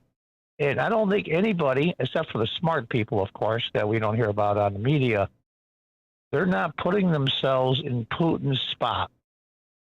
They're not saying, I'm going to be Vladimir Putin for the next 48 hours, and I'm going to try to dissect where he's coming from, and maybe we can learn something from that. And they never do that, never. Now, Trump does. Trump was pretty good at that, actually. Well, it's part of making a deal. You have to. It's both the art of the war, which is used for business, Yep. and a lot of Eastern nations use that tactic of, let me understand, what do you need? What do you need, so that we can negotiate on what you need? Because this is what I need. This is what you need. Let's negotiate on the needs. Everything else is fluff, and maybe we get it, maybe we don't. But that's what you need. That's the most effective way to do a negotiation. I mean, we're looking at a real crisis. We'll use, it was in my lifetime, I'm an older guy, is the Cuban Missile Crisis. Yeah. That was a big deal. Yeah. Massive. And Kennedy, from the stories that I've read and, first person recollections with him, basically tried to put himself in Khrushchev's position. Mm-hmm. What was he thinking? What is his motivation? And here's the important thing. He allowed a way for Khrushchev in a lot of ways to save face and back out without a military confrontation. Now, that's what a sharp mind does. Well, that's part of the negotiation. Okay, because you're after the conflict is done, you're still a world leader. You still got to deal with these people. Oh yeah, things don't just end. Yeah, it's like your next door neighbor that's crazy. I mean, tomorrow you still got to deal with them. Yeah, and that's part of the reason why. Like when I started the show, I don't know if you were listening then. I was talking. Beginning now. Okay, I was talking about the fact that we have too many cooks in the pot. We've got 6 nations that are all jumping all over Putin right now. And that's a problem. We have too many voices and too many deals that are going on. We've got Israel, Germany, France, the United Kingdom, the United States, and off in the background, we have Trudeau, who's trying to throw his 2 cents in there. So he's the one that's holding the door open for him as they get in the building. Yeah. Yeah. So, but that's 6 different voices that are all trying to jump into this conversation and have their point of view, and they all have their preferences. They all have their little bonus points that they want to get out of this. Well, it's funny though. You can't do that. Nations are very much like people, especially when you're the leftist types, because nations as well as people can just virtue signal for the sake of virtue signaling to show how wonderful they are. Of course, and that's why most of the United Nations jumped on board because, well, most of the Security Council jumped on board. So they want to be friends with us because they want to do trades with us. They want our energy. So they're going to jump on. It's surprising to me that I'm a little surprised he invaded as he did. I thought what he would do is go into the quote unquote, and I use air quotes for this, disputed areas that want to secede and grab them first, then go from there. I'm not sure. I can't figure out why he went all in instead of piecemeal. That's the only thing I can't figure out. Because part of the reason is what we're seeing right now. The midterms are coming. What? Wait a minute. Are we talking about Biden or we're talking about Putin? Putin. No, it's not because of the midterms. It's because in going for all of it, you have to deal with all the grief at once. And piecemeal, like thinking about 2014, the Crimea. Right. And also when 2008, when he went into Soviet Georgia. There was a bit of outrage. A couple of senators, the United States was a little back and forth. They gave him some sanctions, which were really meaningless and evaporated over time. No big deal. Actually, really meaningless. And he did it, and he also did it when he had weak presidents in place. So that lessened all the impact. So he's looking at it right now, and I think the only reason why he didn't just stick with the eastern portion is, one, he saw an opportunity to get the South, which is he desperately wants, because that gives him the Black Sea, which means the Mediterranean. All right. And not only can he get that, but because Joe Biden is so weak and Joe Biden is so adverse to a war, he's so willing to run away because he's trying so desperately to win the midterm elections. That's Biden's his international policy is his domestic policy. Everything's about winning this election and then 2024 thereafter. Yeah, He's got free reign to just roll as fast and as hard as he can. I mean, I don't think people realize, and I am not in any way, shape, or form. You can hold it up to the light, put lemon juice on it. I'm not saying that Putin is a reasonable, decent human being. Now, not at all. But we're not so clean either. We had tons of regime changes we've done, especially in the Middle East, and I'm not talking about economic pressure now. I'm talking about military coups. Yeah. We helped murder the president of South Vietnam, if you remember. Yes. Well, a lot of people were younger back then, but we went along with that. We've done it dozens and dozens of times. Doesn't make what he does right, but we're not so clean either. Yeah, I understand. It's because he's picking on something that we think is important, is why. If he was doing this in Tajikistan, no one would care. Literally. Well, that's the thing. Actually, he was just in Kazakhstan, and where's no one cared. No one cared. Yeah, the problem with Ukraine, though, is they're screwed over by geography. Yes. They're just in the worst possible spot you can be in Eastern Europe. If you had to pick the worst spot, they're in it, just geographically. Considering the way that the politics is lined up against them, well, rock and a hard place. Yeah. You know, since the end of World War II. Yeah. I mean, they're in a really crappy spot geographically. If you remember at the beginning, when the old Soviets took over, millions of Ukrainians starved to death, and these people have been in the middle of, for lack of a better term, I'll call it in the middle of proxy wars. You got two huge superpowers, and you're stuck in the middle of it. You like to move, but you can't move a country. So what the heck do you do? They can't do anything. They've been the chess piece that the bigger powers have been using to try and push one way or the other way. You know, I'll tell you the truth.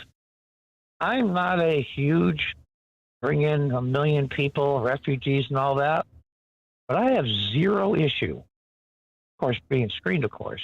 I have zero issue with 1 million refugees coming from Ukraine and being located in the States. I'll tell you why. Not because of their color, because that's nonsense. No, that's stupid, yeah. They're educated. They know what freedom is. And even more importantly, they know how you can lose your freedom. They're educated. They have skills.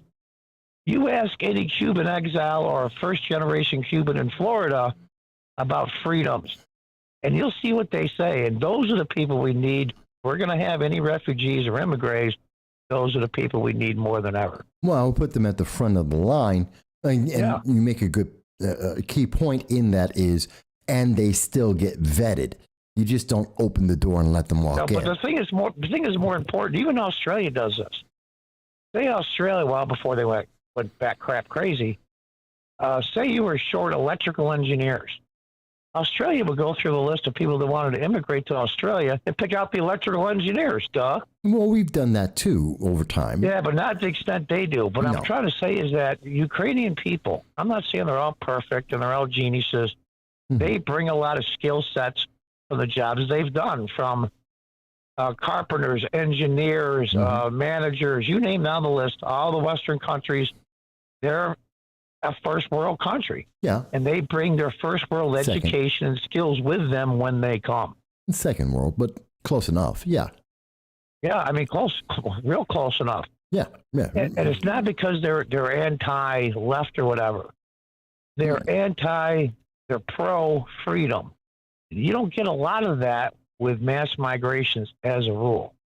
No, usually you're not in that kind of scenario. Usually it's a lot more desperate, kind of like Dominican Republic. You know, here's the other thing I want to mention is Or Haiti. there's been a lot of loss of life. I haven't seen any figures yet. But the loss of life in the African continent just in the last 2 decades dwarfs almost the Holocaust. Oh, absolutely. And nobody says a word. The Sudan alone was 250,000 people. My God. I mean, they're using bulldozers to put the bodies in mass graves. Mm-hmm. And what we get from supposedly leftists and progressives in Congress, we get crickets. Well, they don't even know. They don't care. They really, overwhelmingly, they don't care. I mean, it's one of the things that I give Don Cheadle a lot of credit for is he cares. He cares about Rwanda. He cared about Sudan. He put his name, his money. I respect that.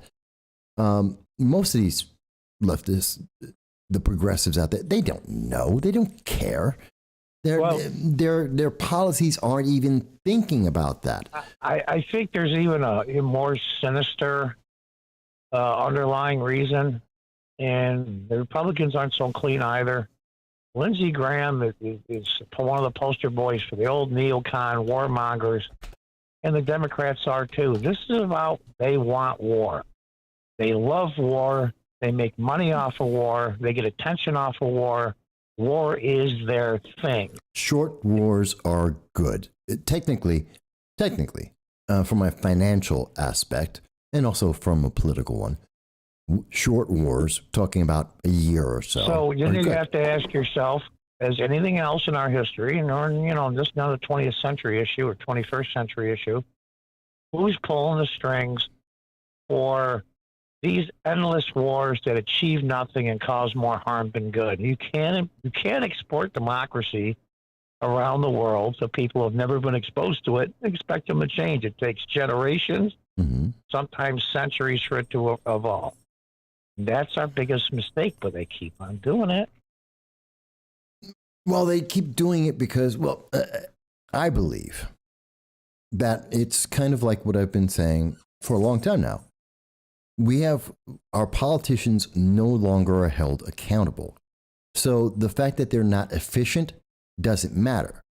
Hype is more effective. Hype gets them reelected. So that's all they have to focus on is I'm doing something. They are held accountable. I'll tell you what I mean by that. Mm-hmm. We'll say Congress, for example. We'll take out the Senate. Okay. We'll say Congress, for example. Some of these states, congressional districts, are so red and so blue that they can do and say anything they want to, and there's no repercussions from their constituents. Yeah. So once you get so many of those, and it's getting redder and it's getting bluer as time goes on, you're going to get, you say, well, they're unaccountable. Well, they are, because the people just love it, and they're just giving them what they want. And that's a tough nut to fix. Well, the problem is the reason why it's a tough nut to fix and why people say they're giving what they want is it's emotion based. It's not substance based. People are hearing the ad that they want to hear. They're hearing the slogan they want to hear. It's popular, but it has nothing to do with what's effective. That's why I keep saying why I say it as I've done something, like gun control as an example, where it's very, very obvious there. They don't actually pass a law that's going to affect criminals or affect the mentally ill. It's a law against the people who are law-abiding citizens, where they know it's guaranteed it's going to have no impact because they're not the problem. But it furthers a different agenda. But it sounds good. Red flag laws, which I absolutely despise on so many levels, and I've covered that for years. Yeah, you can get it where your ex-wife's sister said you hollered at her once and so you're incapable of owning a firearm, and the FBI and they'll just come in and say, okay, you're a danger, we're going to check you out. Well, it's even worse than that. I mean, literally, it is in the law in multiple states, including New York State, that a part-time badminton coach can cause a red flag to be put against a person, and you lose your kids. If you remember, it's worse. It's horrible. If you remember, James O'Keefe from Project Veritas was here in upstate New York where we live. Yeah. And this is what, a couple of year ago? I can't remember. Anyway, I saw the video. He went in several gun shops. Or I think it was the Syracuse area, Finger Lakes. I forget where he went. And he kept coming up, denied. And the guy was very sympathetic, of course, and he had died of DUI. It was a misdemeanor that he pled guilty to when he was a kid. So he made a big stink about it and had attorneys send a letter to the ATF and the feds. And plus, it made, publicity from his channel and his organization. Miracle of miracles, it just disappeared. It was just a clerical error. Yeah. Yeah, okay. How many millions of other people have had these so-called clerical errors? Tons of them. And it's been documented.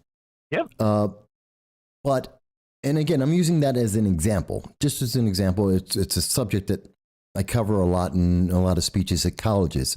I'm not a gun person, but they couldn't have, I wish they would have wrote it a little clearer. I mean, in retrospect, I could sit down with the founders and say, could you just tweak this just a little bit so even an idiot could figure it out? Actually, they did. They did. They thought they did. No, they definitely did. The only reason why we don't see it as clearly is they have revisioned the meanings of the words and the punctuation. It's not the problem. The founders wrote it perfectly, and they wrote the supplements to what they had written. I said this when last time I ran for city council as a Republican. I lost, of course, but I said to her, here's our problem. We're speaking the exact same language, English, but we're using two different dictionaries. How the hell do we communicate? Well, that's a lot harder. But I think the original distortions of words and meanings is what you're getting at. Right. And that's what we're seeing. And that's why I call it the do something. They're changing the meanings. They're redefining the definitions. They're altering the perception so that the feelings, and again, you feel, you don't understand. I mean, people don't understand 2/3 of the things. And I want to be fair because I'm not talking about my audience per se. I'm talking about in general, the wide audience of America. Most people don't understand the issues that are going on. A lot of the things that we're talking about on this show, you go out and talk to your neighbors, they're going to go, I have no idea what you're talking about. I've never heard any of that. I don't know anything about that. Which should be terrifying. 40% of Biden voters after the election in 2020 had zero information concerning Hunter Biden's laptop. Zero. 40% of Biden voters. Yeah. That's a big, huge chunk. Well, I'll give you a bigger chunk. 89% of people, if you ask them, have, and it's not a hard, fast number here. Let's say the overwhelming majority of Americans don't know what Joe Biden's foreign policy is. And you know why? Because it's a trick question. There isn't one. There has never been a declared foreign policy by the Biden-Harris administration. Well, it's foreign policy du jour. Which is not forein policy. Foreign policy is a policy. Not. That way you can't pin us down on anything. We can't be blamed for anything because, I will name some presidents, but we'll leave Trump out of it. Ronald Reagan was good at that. You knew exactly where this guy stood on any issue, including foreign policy, whenever you asked him, period. Either of the Bushes, Clinton, even Carter had a foreign policy. It was a bad one, but he had it. You knew what it was. It wasn't effective, but he had it. I guess, I'm not a big Obama fan, but he is an intelligent man. He's a great public speaker and motivator. But what's the old quote that he gave that leaked out? Never underestimate chances of Joe Biden effing it up. Yeah. I mean, that's right from the horse's mouth, man. That's like... But everyone knew that. Everyone has always known that. But now we have to deal with it. Everyone in the Beltway. Yeah. The Beltway doesn't vote, unfortunately. Well, they do, but they have very little impact on everything. So I'll tell you the truth, though. Mm-hmm. Maybe I have an optimist bias. I think this thing in Ukraine will play itself out and all that if we keep our heads cool and all that. But the thing of it is, though, in the future for us in the U.S., that's what my main concern. Let those guys work out their problems. That's why NATO is there. Let them work it out, whatever they want to do. We are NATO. We are NATO. NATO isn't something separate. That's the other ironic part, is because of Trump raising hell about the fact that NATO countries weren't putting in their 2% of GDP, and Germany was the biggest offender. Yeah. They put in tens of billions, hundreds of billions, I've read in some cases, in total. Now they have better equipment, they're better armed, they have better software, they have better everything because of Donald Trump, and I find that absolutely ironic. Well, Trump did a lot of things right that he doesn't get any credit for, and gets discounted completely. But we are NATO. We have to, that's why we must have an international. Everyone is looking at America first. Notice France, Israel, Germany, the United Kingdom, nobody was talking to Putin until Biden and Blinken failed. When they failed, that's when everyone else came in and said, oh my God, the captain's down. What do we do? And they all ran forward and said, well, here's my plan. Here's my plan. Yep. And that's when the mass confusion started, which is a problem. Well, it's kind of like being a parent. Anybody that's a parent out there, I have 2 kids. It gets to a point where the parent's influence is causing more harm than good. You're going to have to let people work it out for themselves. I mean, we've done this since the end of World War II. And I just put on my YouTube channel, again, the part about the military-industrial complex with Eisenhower. Yeah. And I'm telling you, enough's enough. I'm not talking about isolationists now. I'm talking about 21st century warfare is media and economics and not weapons. That is the new weapons of the 21st century. And we have both of those in spades. At the end of the day, it always comes down to a foot soldier. In the end, when it comes down to an armed conflict, what I mean is that we can get a lot more done. I mean, the Middle East, for one. I mean, all the bases we have. I'm not trying to be an isolationist. I'm not. But we don't need all this stuff. Enough's enough, man. I mean, American people have paid their fair share. Now it's time for the people that are involved in this, especially in Europe, to start paying theirs. That's why we can't, they have such great social programs, because they can afford them. I understand that, and I agree with you. But at the same time, we can't just step away. That creates a power vacuum, and you're right. Vacuums get filled by God knows what. It's like a drug addict. You take them off the drugs slowly over time, and replace them with them. I mean, you do it rationally, you do it responsibly. It'd be like pulling out of Afghanistan like Biden did. Well, you can't do that. No. And we saw what happens when you do that. Yeah, we saw what a cluster blank that was. So the fact of the matter is, we can do this. There's a lot of bases that have really no influence. We can start putting out signals to especially NATO and Europe and even China and Russia. Listen, guys, we still have our influence. These bases are costing us tons of money, and they really don't do much. We have the military now. We can be anywhere in the world, anytime, probably within an hour.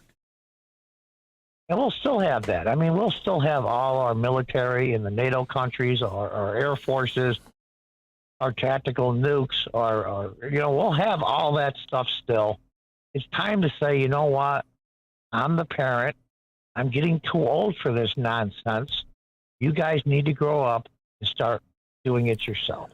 That would be you. You are very optimistic, and I think that's what I said. I have optimistic bias. That's I know, what I said, and I think it's unrealistic because it's not how history works. Well, I don't necessarily mean it would work out for Europe. I'm looking out for the interests of the United States first. Period. But the interests of the United States. So you know what you need first. Honestly, for that plan to work, and I'm not saying it's a bad plan or a good plan, but the first thing that comes to my mind for that to work, for America to pull back from the leadership of the world where we are the only answer. No, I didn't say that. No, I know. I'm not saying that you said that. I'm saying, but that's why I'm saying clearly what I am saying, that for America to step away from that omnipresent first presence that we have right now, we need to create manufacturing again. We got to get away from this stupid idea that we're a service economy and go back to being a manufacturer. We can't back away from being everywhere in the world all the time with all the problems if we need stuff from everyone in the world. That's why they hated Trump's guts, because these guys were making billions off of shipping out our jobs overseas, and he wanted to at least slow it down, if not stop it, and that made him a criminal. Well, I can understand. Yeah, he pissed off a lot of people, but I mean, we need manufacturing. We're down 5 million, over 5 million manufacturing jobs versus 2,000. Okay, I don't know. Seriously, if your listeners and if people watch your channel know, but we're in Binghamton, New York, and upstate New York. Right. And I was born in '56.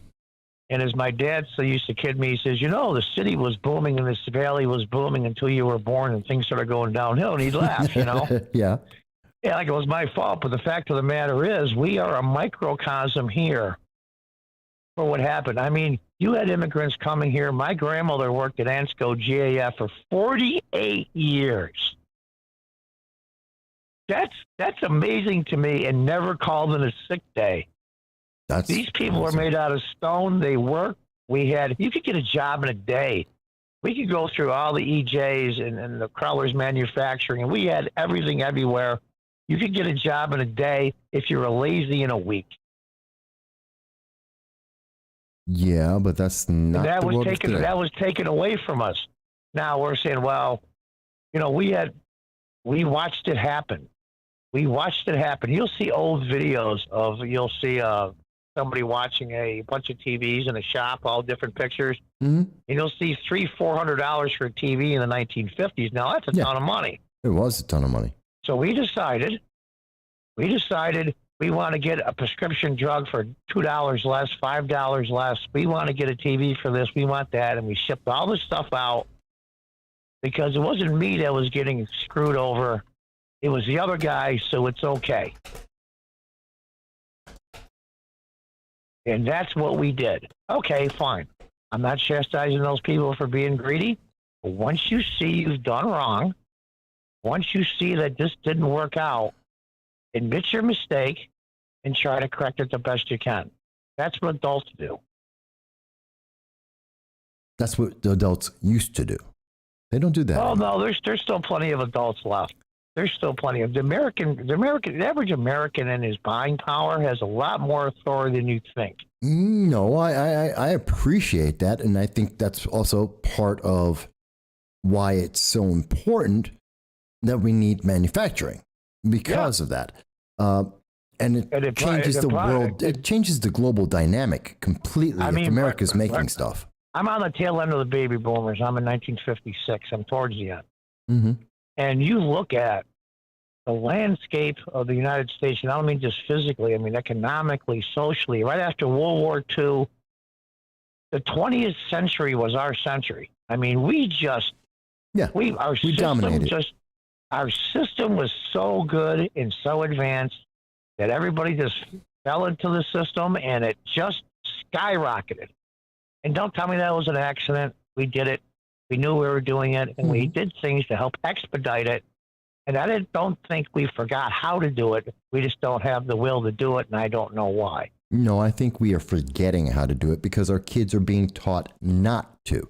Well, there's plenty of books now in the public library that'll show you different. And how many kids do you know read a book? The information's still around. They'll show old videos of Trump on the Oprah show back when he was complaining about Japan screwing us over instead of China. I know, but how many kids do you know read books?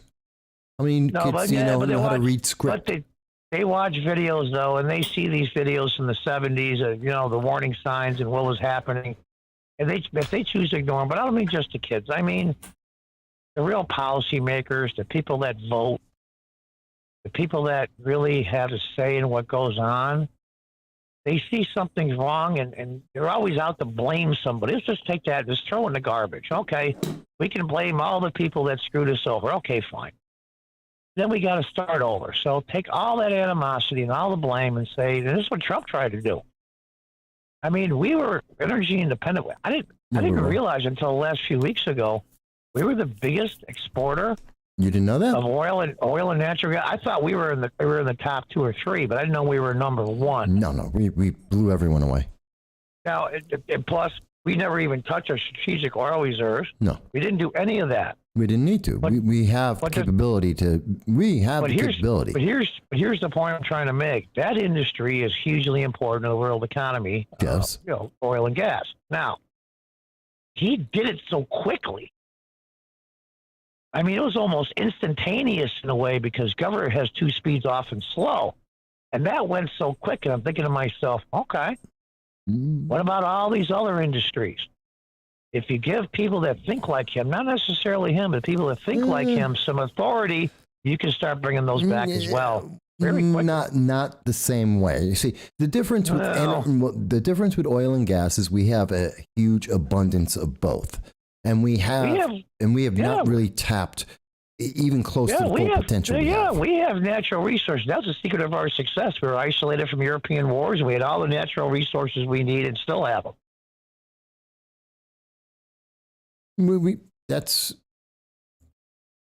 It would take longer to get the other manufacturing back. Oh no! I didn't say it was be like at that speed. What I'm trying to say is that's the blueprint. Call it the whatever you want. That you start doing this, and this. Certain industries will move faster and slower than others, but they'll all be moving in the same direction now. Okay. I get what you're saying. And I think that formula. I mean, an economics student that's a first year in Broome Community College knows that. You think? I think you're overestimating. No, it's in the book. They just don't choose to interpret that. And I'm the Reagan guy that believes, rising waters lifts all boats, and it's true. We've proven it over and over for what 4, 5, 6 generations now. Yeah. And, I think we're still a great nation. We're still capable of being leaders. I think we need to re-examine here's a great question. What does leadership mean for the United States going forward? And I think we're at a critical point of just trying to decide that. I knew a little bit about that when I was a councilman, because you always try to tinker with stuff and put your nose in it so you get credit for it. Right. The fact of the matter is, a really good leader will say, I'm going to make it as easy as possible for this place to prosper, i.e. the country, the state, the county, the city, whatever it is. And I'm going to get the hell out of the way and tinker once in a while if things go a little, sideways. And let people just do what they do. And I believe we still have the most creative and still have the most hardworking people in the world for a first world country. I still believe that. And I think the rest of the world does too, because every time you talk to somebody from Eastern Europe or interview an immigrant, almost all of them say the same thing, but they word it differently. If the United States falls, there'll be nowhere else to go. I agree. That's why I do this every week. Is because I'm afraid of that. And I mean, you and I are getting shadow banned so badly. It's like, oh God, yeah.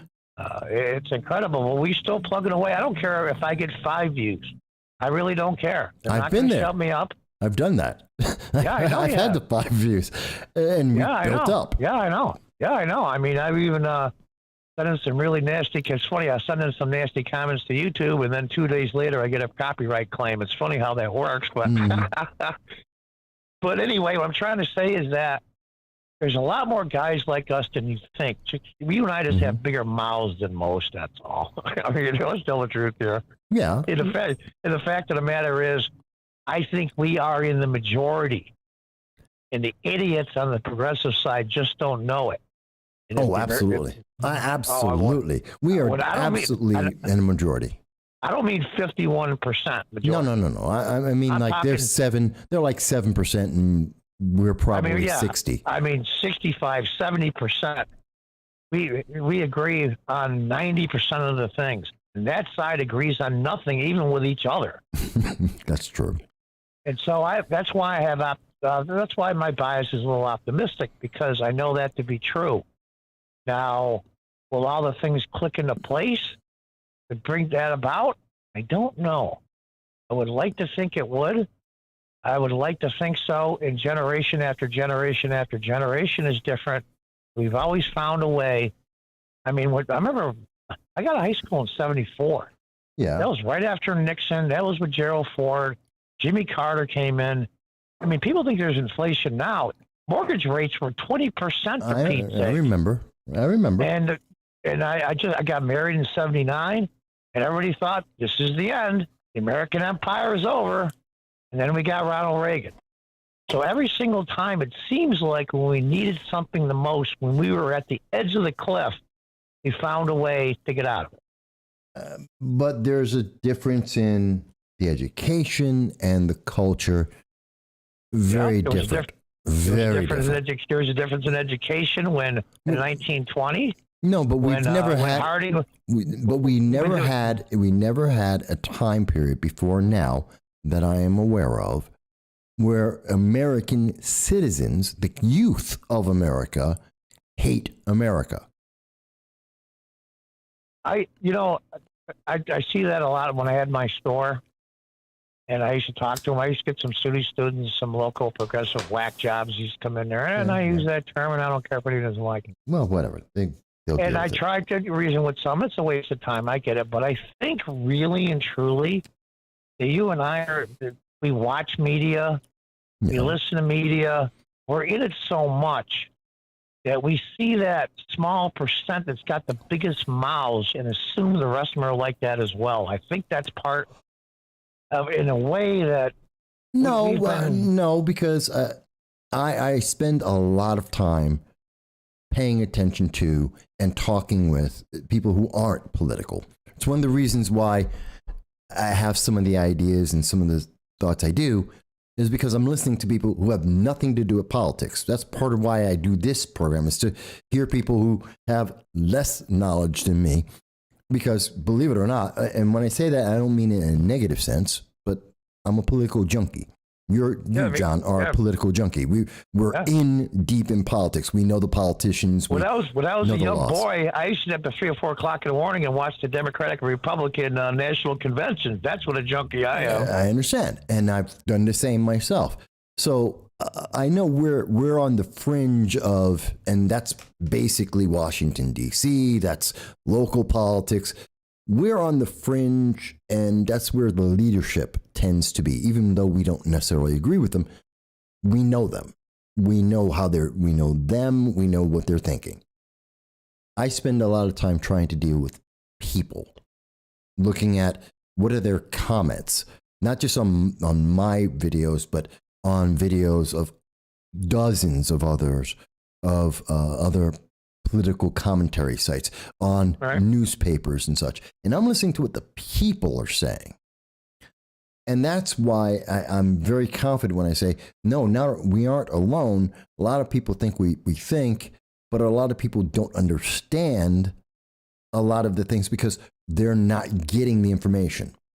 2/3 of everything that I've put on the show today, I believe the average citizen has no idea exists. They don't know that this is happening in the world.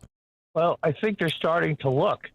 I think they're starting to pick up, look underneath the hood there of the car and seeing that now it's starting to affect them dramatically.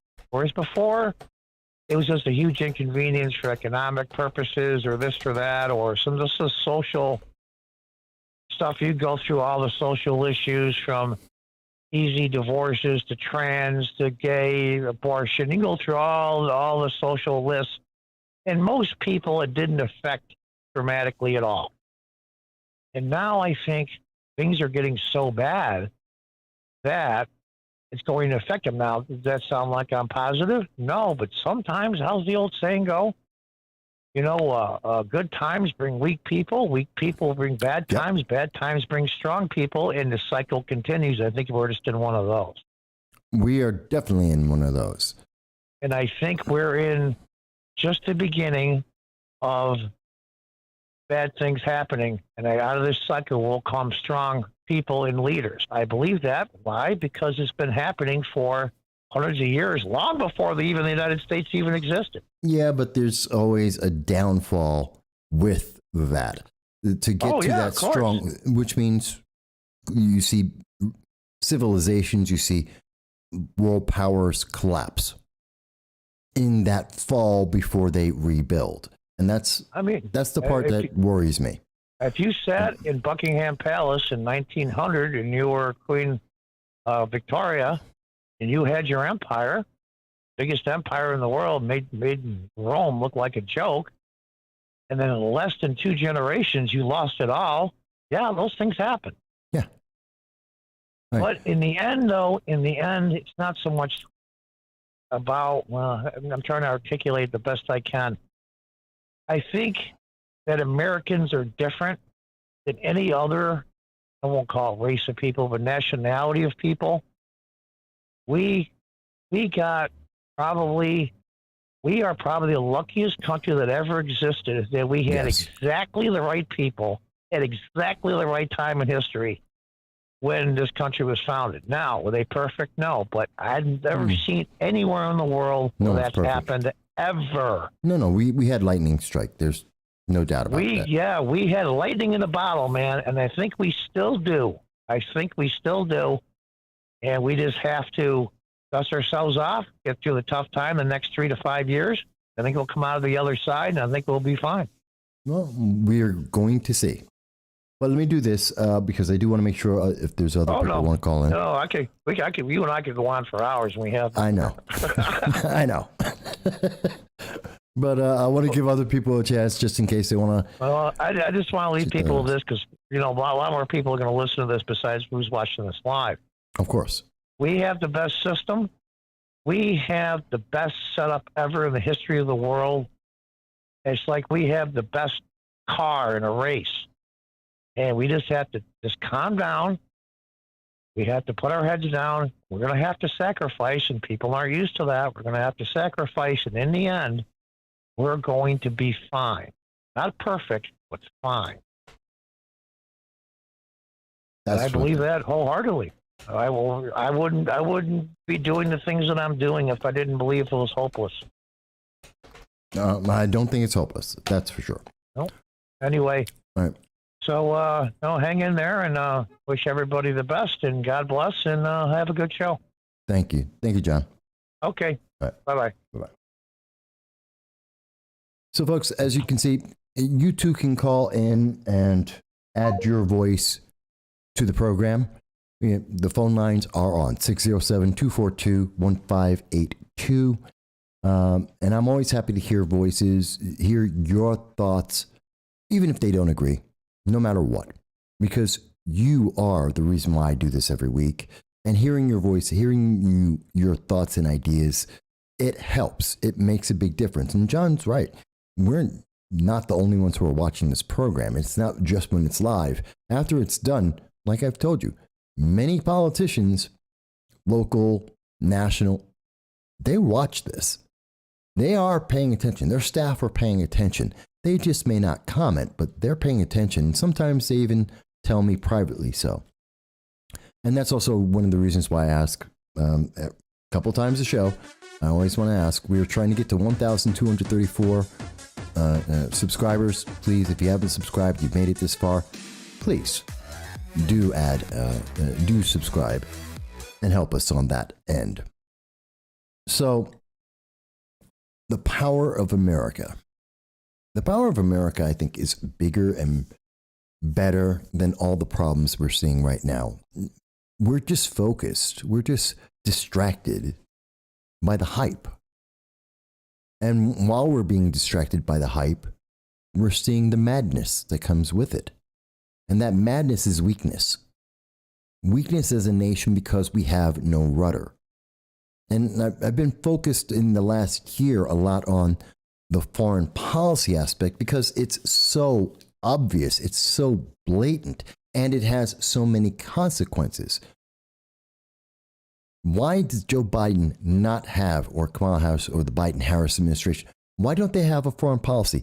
Why can't they come out and tell us what their foreign policy is? Because if they have that, then we can make decisions on it. Our enemies have something to fear. Our allies have something to lean upon. It's a support. Because if you have that, you don't get Afghanistan, where we're running away, where we're creating an actual army because of all the stuff that we left behind, that we're not abandoning our people, which is counter to the actual purpose of government existing. And that's what leads us to, and that weakness led us to Putin saying, now is the time. Now is the time for me to go into the Ukraine. Now is the time for me to try and get more. Because they don't have a plan. They don't know what to do next. And China's saying, hey, this is the time to make their moves forward. Why? Because we don't have a plan. We don't know what to do. We don't have something that says, and I understand it can't be exact, but even an outline saying, okay, we should generally do this or that. But Americans, and they're smart enough to know not to step on America itself. Because like I said, if some other nation said, oh, well, I'll use Lindsey Graham's idea, let's go and kill some of the leaders in America, America would lose its mind. Everyone still remembers what happened with 2011. Everyone remembers 9/11, excuse me. And they know America will lose its mind. So they tread carefully, but they're treading. Because we're so busy with the hype. People are so much more interested in what's going on with the Kardashians that they're not paying attention to what's happening with Lindsey Graham or with Alexandria Ocasio-Cortez. In fact, that's the whole reason why Alexandria Ocasio-Cortez exists, why the Democratic Socialists of America exist. It's because people aren't paying attention anymore. They're not paying attention to the details. And I point out Alexandria Ocasio-Cortez not just because she's an idiot, and she's absolutely an idiot. The woman has no understanding of economics whatsoever, on top of so many other issues. But I say it because she got on national news. Why do I think America isn't paying attention? Why I say we're distracted? And Alexandria Ocasio-Cortez went on 60 Minutes, and she told the American people that she doesn't believe in being factually correct, grammatically correct, semantically correct. She doesn't believe in being correct, which means she doesn't believe in being factual. She believes in morality. She believes in feelings, which means she is willing to lie to your face so that her feelings are appeased, so that she gets to feel the way she wants to feel. She will lie to you. We have seen Joe Biden lie to the American people repeatedly. Most recently, he lied to the American people when he said, oh, sanctions were never meant to deter Russia, even though we spent 2 months before that saying that sanctions would deter Russia. Because they're focusing on the feeling. We're being distracted. And we need to focus on the substance. We got to get away from this hype and look at what's going on with the substance at the end. We need to stop just blanket re-electing politicians because, well, they're the right party, they have a good slogan, they're the right color, and they're the right gender, and they're the right sexual preference. God help me, don't vote for someone for those reasons. Those are the worst reasons you could possibly have for voting for anyone. Because they're not qualifications. They're not reasons. But we need to get to, are you effective? And how many times on this program have you guys heard me say, over and over again, what's effective? I don't care if you like them or not. Doesn't matter. I could care less. It's not important whether we like them or not. We're not asking them to go and have a beer with us. I could care less. They're not trying to marry my sister. I could care less if I like them or not. Are they effective? Because they have a job, just like anyone else. And if they're not effective at their job, fire them and get someone else. I'm not telling you to become a Republican. I would love it. It'd be great. But I'm not telling you to become a Republican or a conservative. Maybe you want to be a libertarian. Go for it. Be a libertarian. Maybe you want to be a Democrat. Fantastic. Be a Democrat. I'm not telling you what to be. I'm not a progressive. I don't demand that you have to be a certain way. You can disagree with me all day long and be whatever you want to be. That's your decision. It's an individual decision. But what is important is that we get the most effective person. If you want to be a Democrat, get effective Democrats into office. If you want to be a progressive, God help us, but okay, get effective Democrats in office. Eric Adams isn't one of them, as an example. Neither is Alexandria Ocasio-Cortez or Cori Bush. Those aren't examples of effectiveness. But we need effective people. Same thing for Republicans. We need effective Republicans. Get rid of the people who aren't effective. We don't need yes men and yes women. We don't need more Kirsten Gillibrands in our government. Our government's already gummed up. It's already screwed up. It's already ineffective. It's busy pushing papers from one hand to another hand rather than actually doing something that needs to be done. That's why I want everyone to vote. I'm not telling you who to vote for. I'm not telling you what to vote. I'm just asking you, vote and be aware. Get involved. Petitions are coming out now. Know who you're putting up for the ballot. It's not enough for them to say, well, I'm a Democrat or I'm a Republican or I'm a Libertarian. And God help me if the only thing that their answer, the only reason that they can give you of why should I sign a petition for you? What makes you worthwhile? If they mention their color, their skin, or their sexual preference, God help me, that is not the person you want in. I don't care what party they're in. If their only reasons are, well, I was born with this kind of body or this kind of skin color, or I have this sexual preference, God help me, what has that got to do with whether or not you know how to fix taxes or promote business?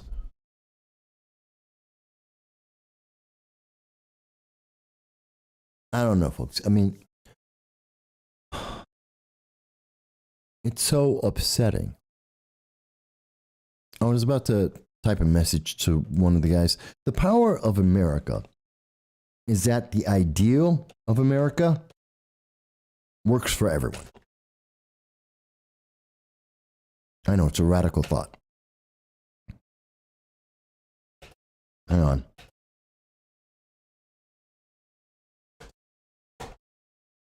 I know it's a radical idea, and we're being told in our colleges, we're being told by academics, we're being told by progressives, no, that's not true.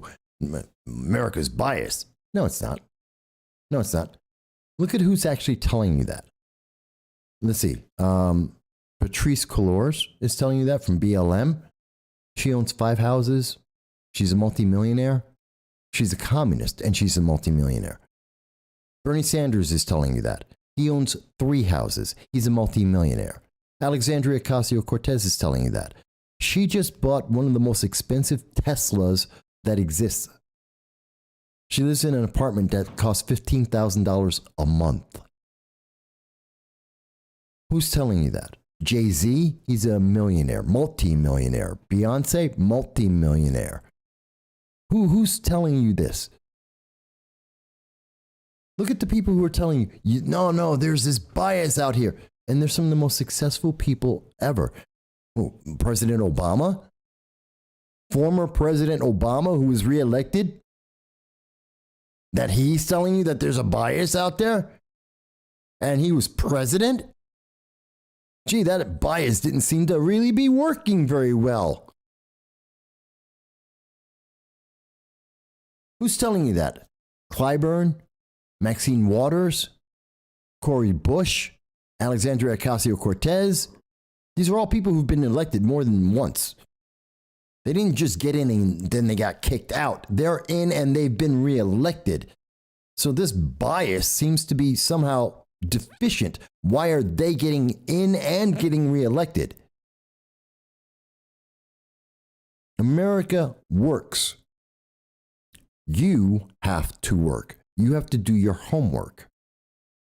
I don't know how many times I've been on social media and I'm talking about one of the views that I have, or I'm at an event at a college and I'm doing a speech. And there's always that one person, almost always a progressive, who goes, what's your source? And I go, okay, here's my source. And they go, so what's the source say? I'm like, wait a minute, I just gave you the source. Yeah, but what does the source say? Read the source. No, but I want you to tell me what the source says. Well, then I'm not doing the homework for you. Do it yourself. I gave you the source. I'm telling you where I'm getting the information from. You know, the Bureau of Labor Statistics, New York State Legislature. Here's the bill number of whatever bill it may be. I'm giving you the source. Now you want me to tell you what the source thinks. Now you're telling me that you have committed to this idea that you only feel and obey. Because you should say, thank you very much. Let me read it. I agree or I disagree with your summation, your conclusion. Because I've read the source. If you had a question about the source, then go read the source. You got to work for it, folks. You got to work for it. You want a good politician who actually pays attention. You want someone who's not Antonio Delgado, who's complaining about being at a church and upset because the mass is not progressive enough. You could do that. You can elect that person, or you could actually elect someone who's effective, who actually responds. Doesn't mean that you're going to like the response. Doesn't mean you're going to agree with their answer, but it means they're going to respond. They're going to do their job. Then vote for them. Do your homework. See who's up for petitions, who's available to run, support them, help them get there, and then vote for them in November. Whether they have a good commercial or a horrible commercial, whether they make a good website or a terrible website, whether they've got mean tweets or not. Because that, at the end of the day, doesn't really matter.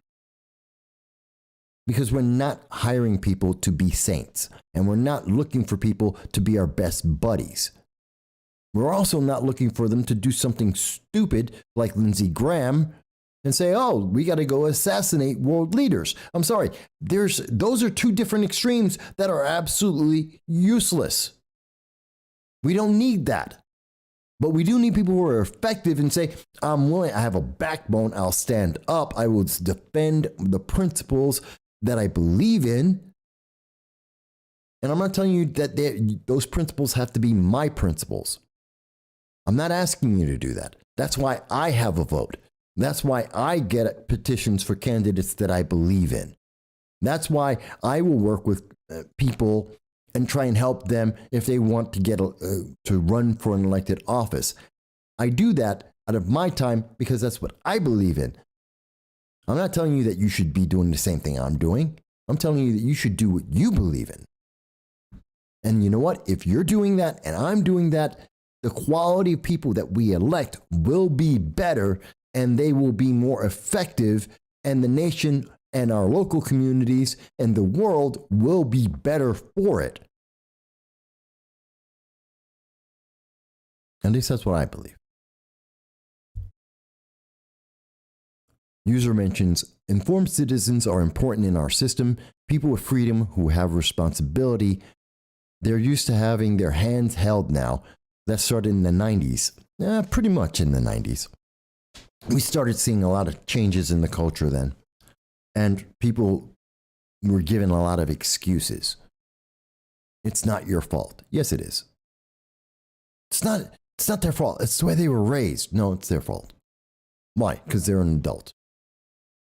And adults get to make decisions. You make choices. It's got nothing to do with how you're raised. Do you know how to read? Yes. Did you read books? Yeah. Okay, you understand right and wrong. You could have looked up the laws. You know what the consequences of your actions are. It's your fault. You did something wrong, you did something right, it's on you. Let's get back to self-responsibility. Not blaming someone, self-responsibility. You did it, it's on you. Buck stops with you. I do that to myself as well as anyone else. When I screw up, I screwed up. It's my fault. Now, it doesn't mean I can't ask people for help, but it also doesn't mean that I get to blame them and then ask them for help. No, you can't do that. And I have to do the work to improve things for myself. I can't ask you to help me if I don't know how to help myself. I don't know what to ask for help in.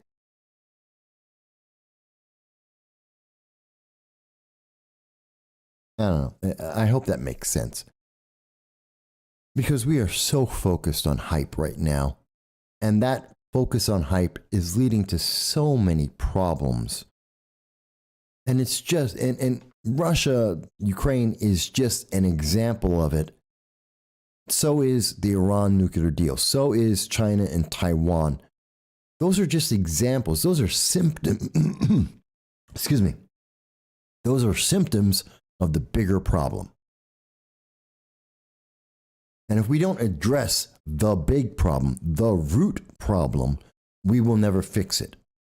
Again, using another example to explain that, looking at gun control.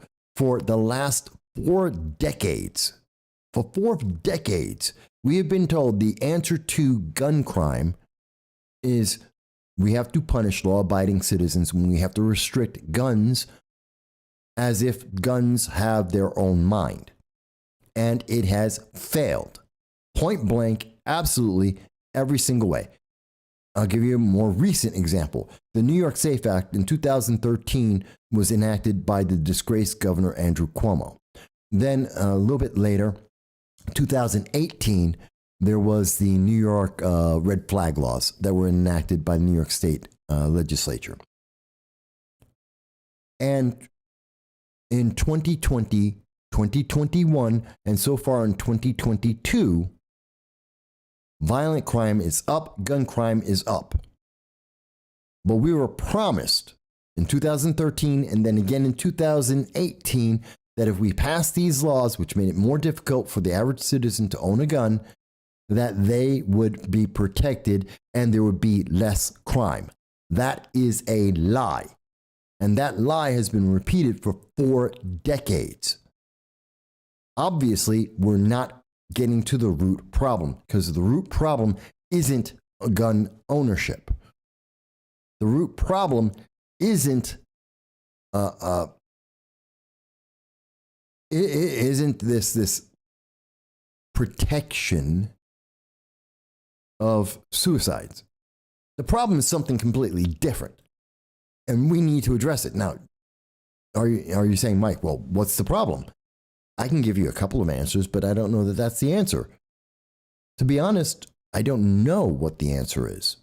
I can give you my guess. How about, keeping families together?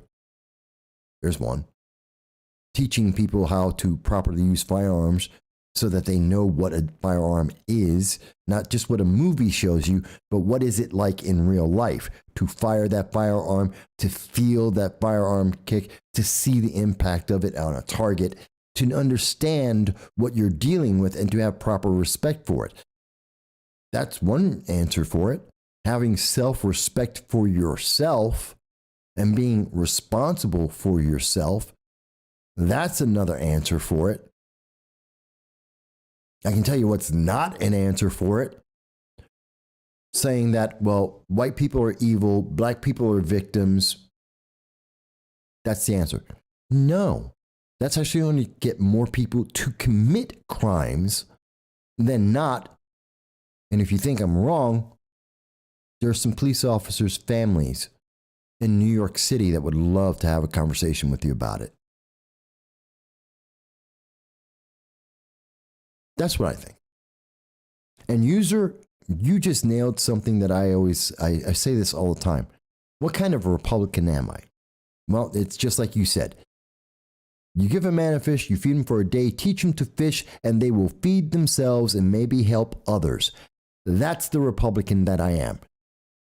I will teach you how to fish. I want you to be taught how to fish. I want to be taught how to fish better. And yes, if you need help, I will help you to learn. Maybe I will even help you a bit more than that. But at the end of the day, you have to fish. You have to do your homework. You've got to. Otherwise, you will always be dependent. You will always be subservient. And that's not what America is about.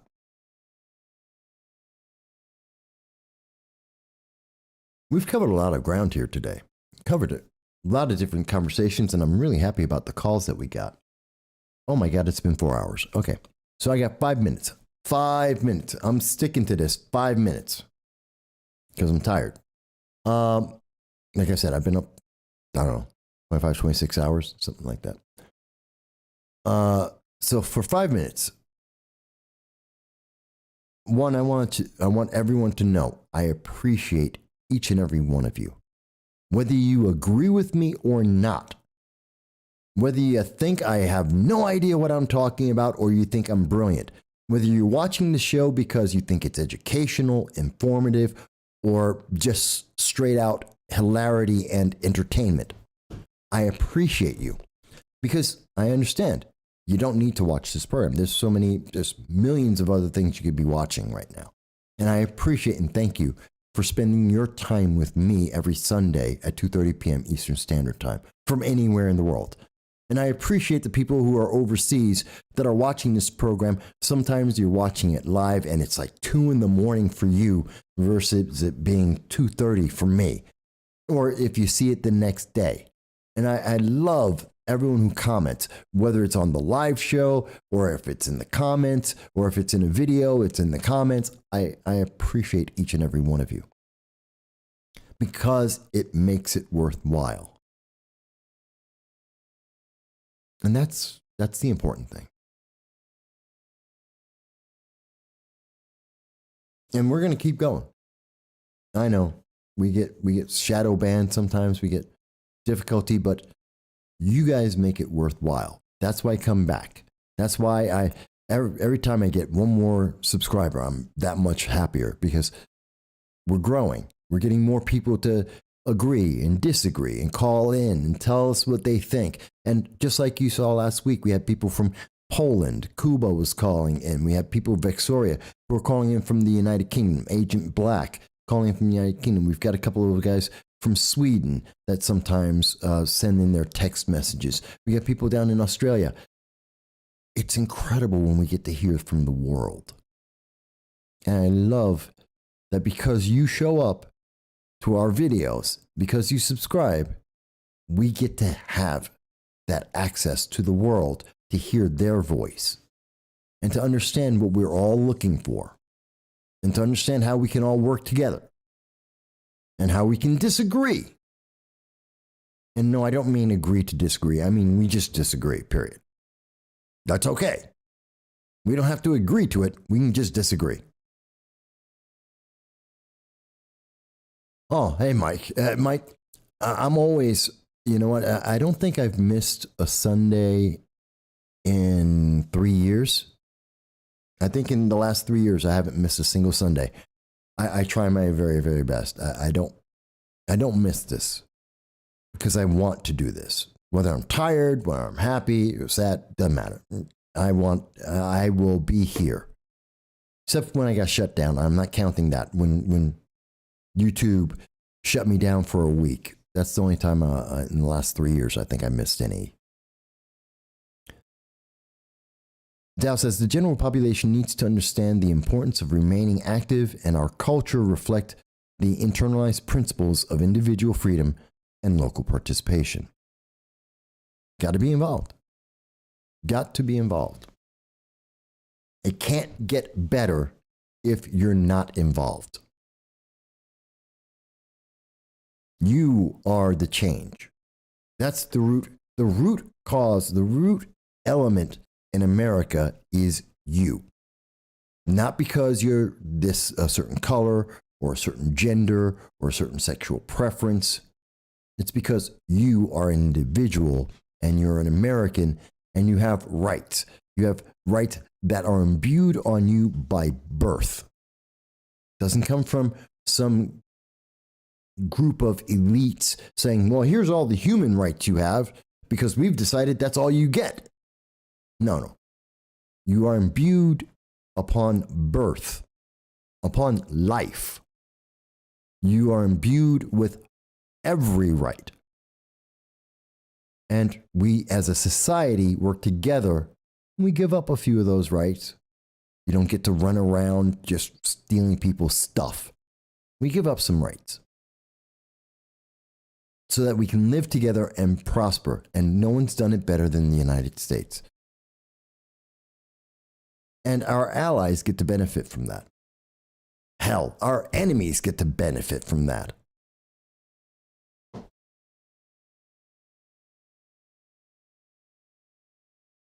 And that's why I love having these conversations with everybody. Because I love talking to individuals. I love hearing your thoughts. I love seeing how you think and seeing what you think about what I am thinking.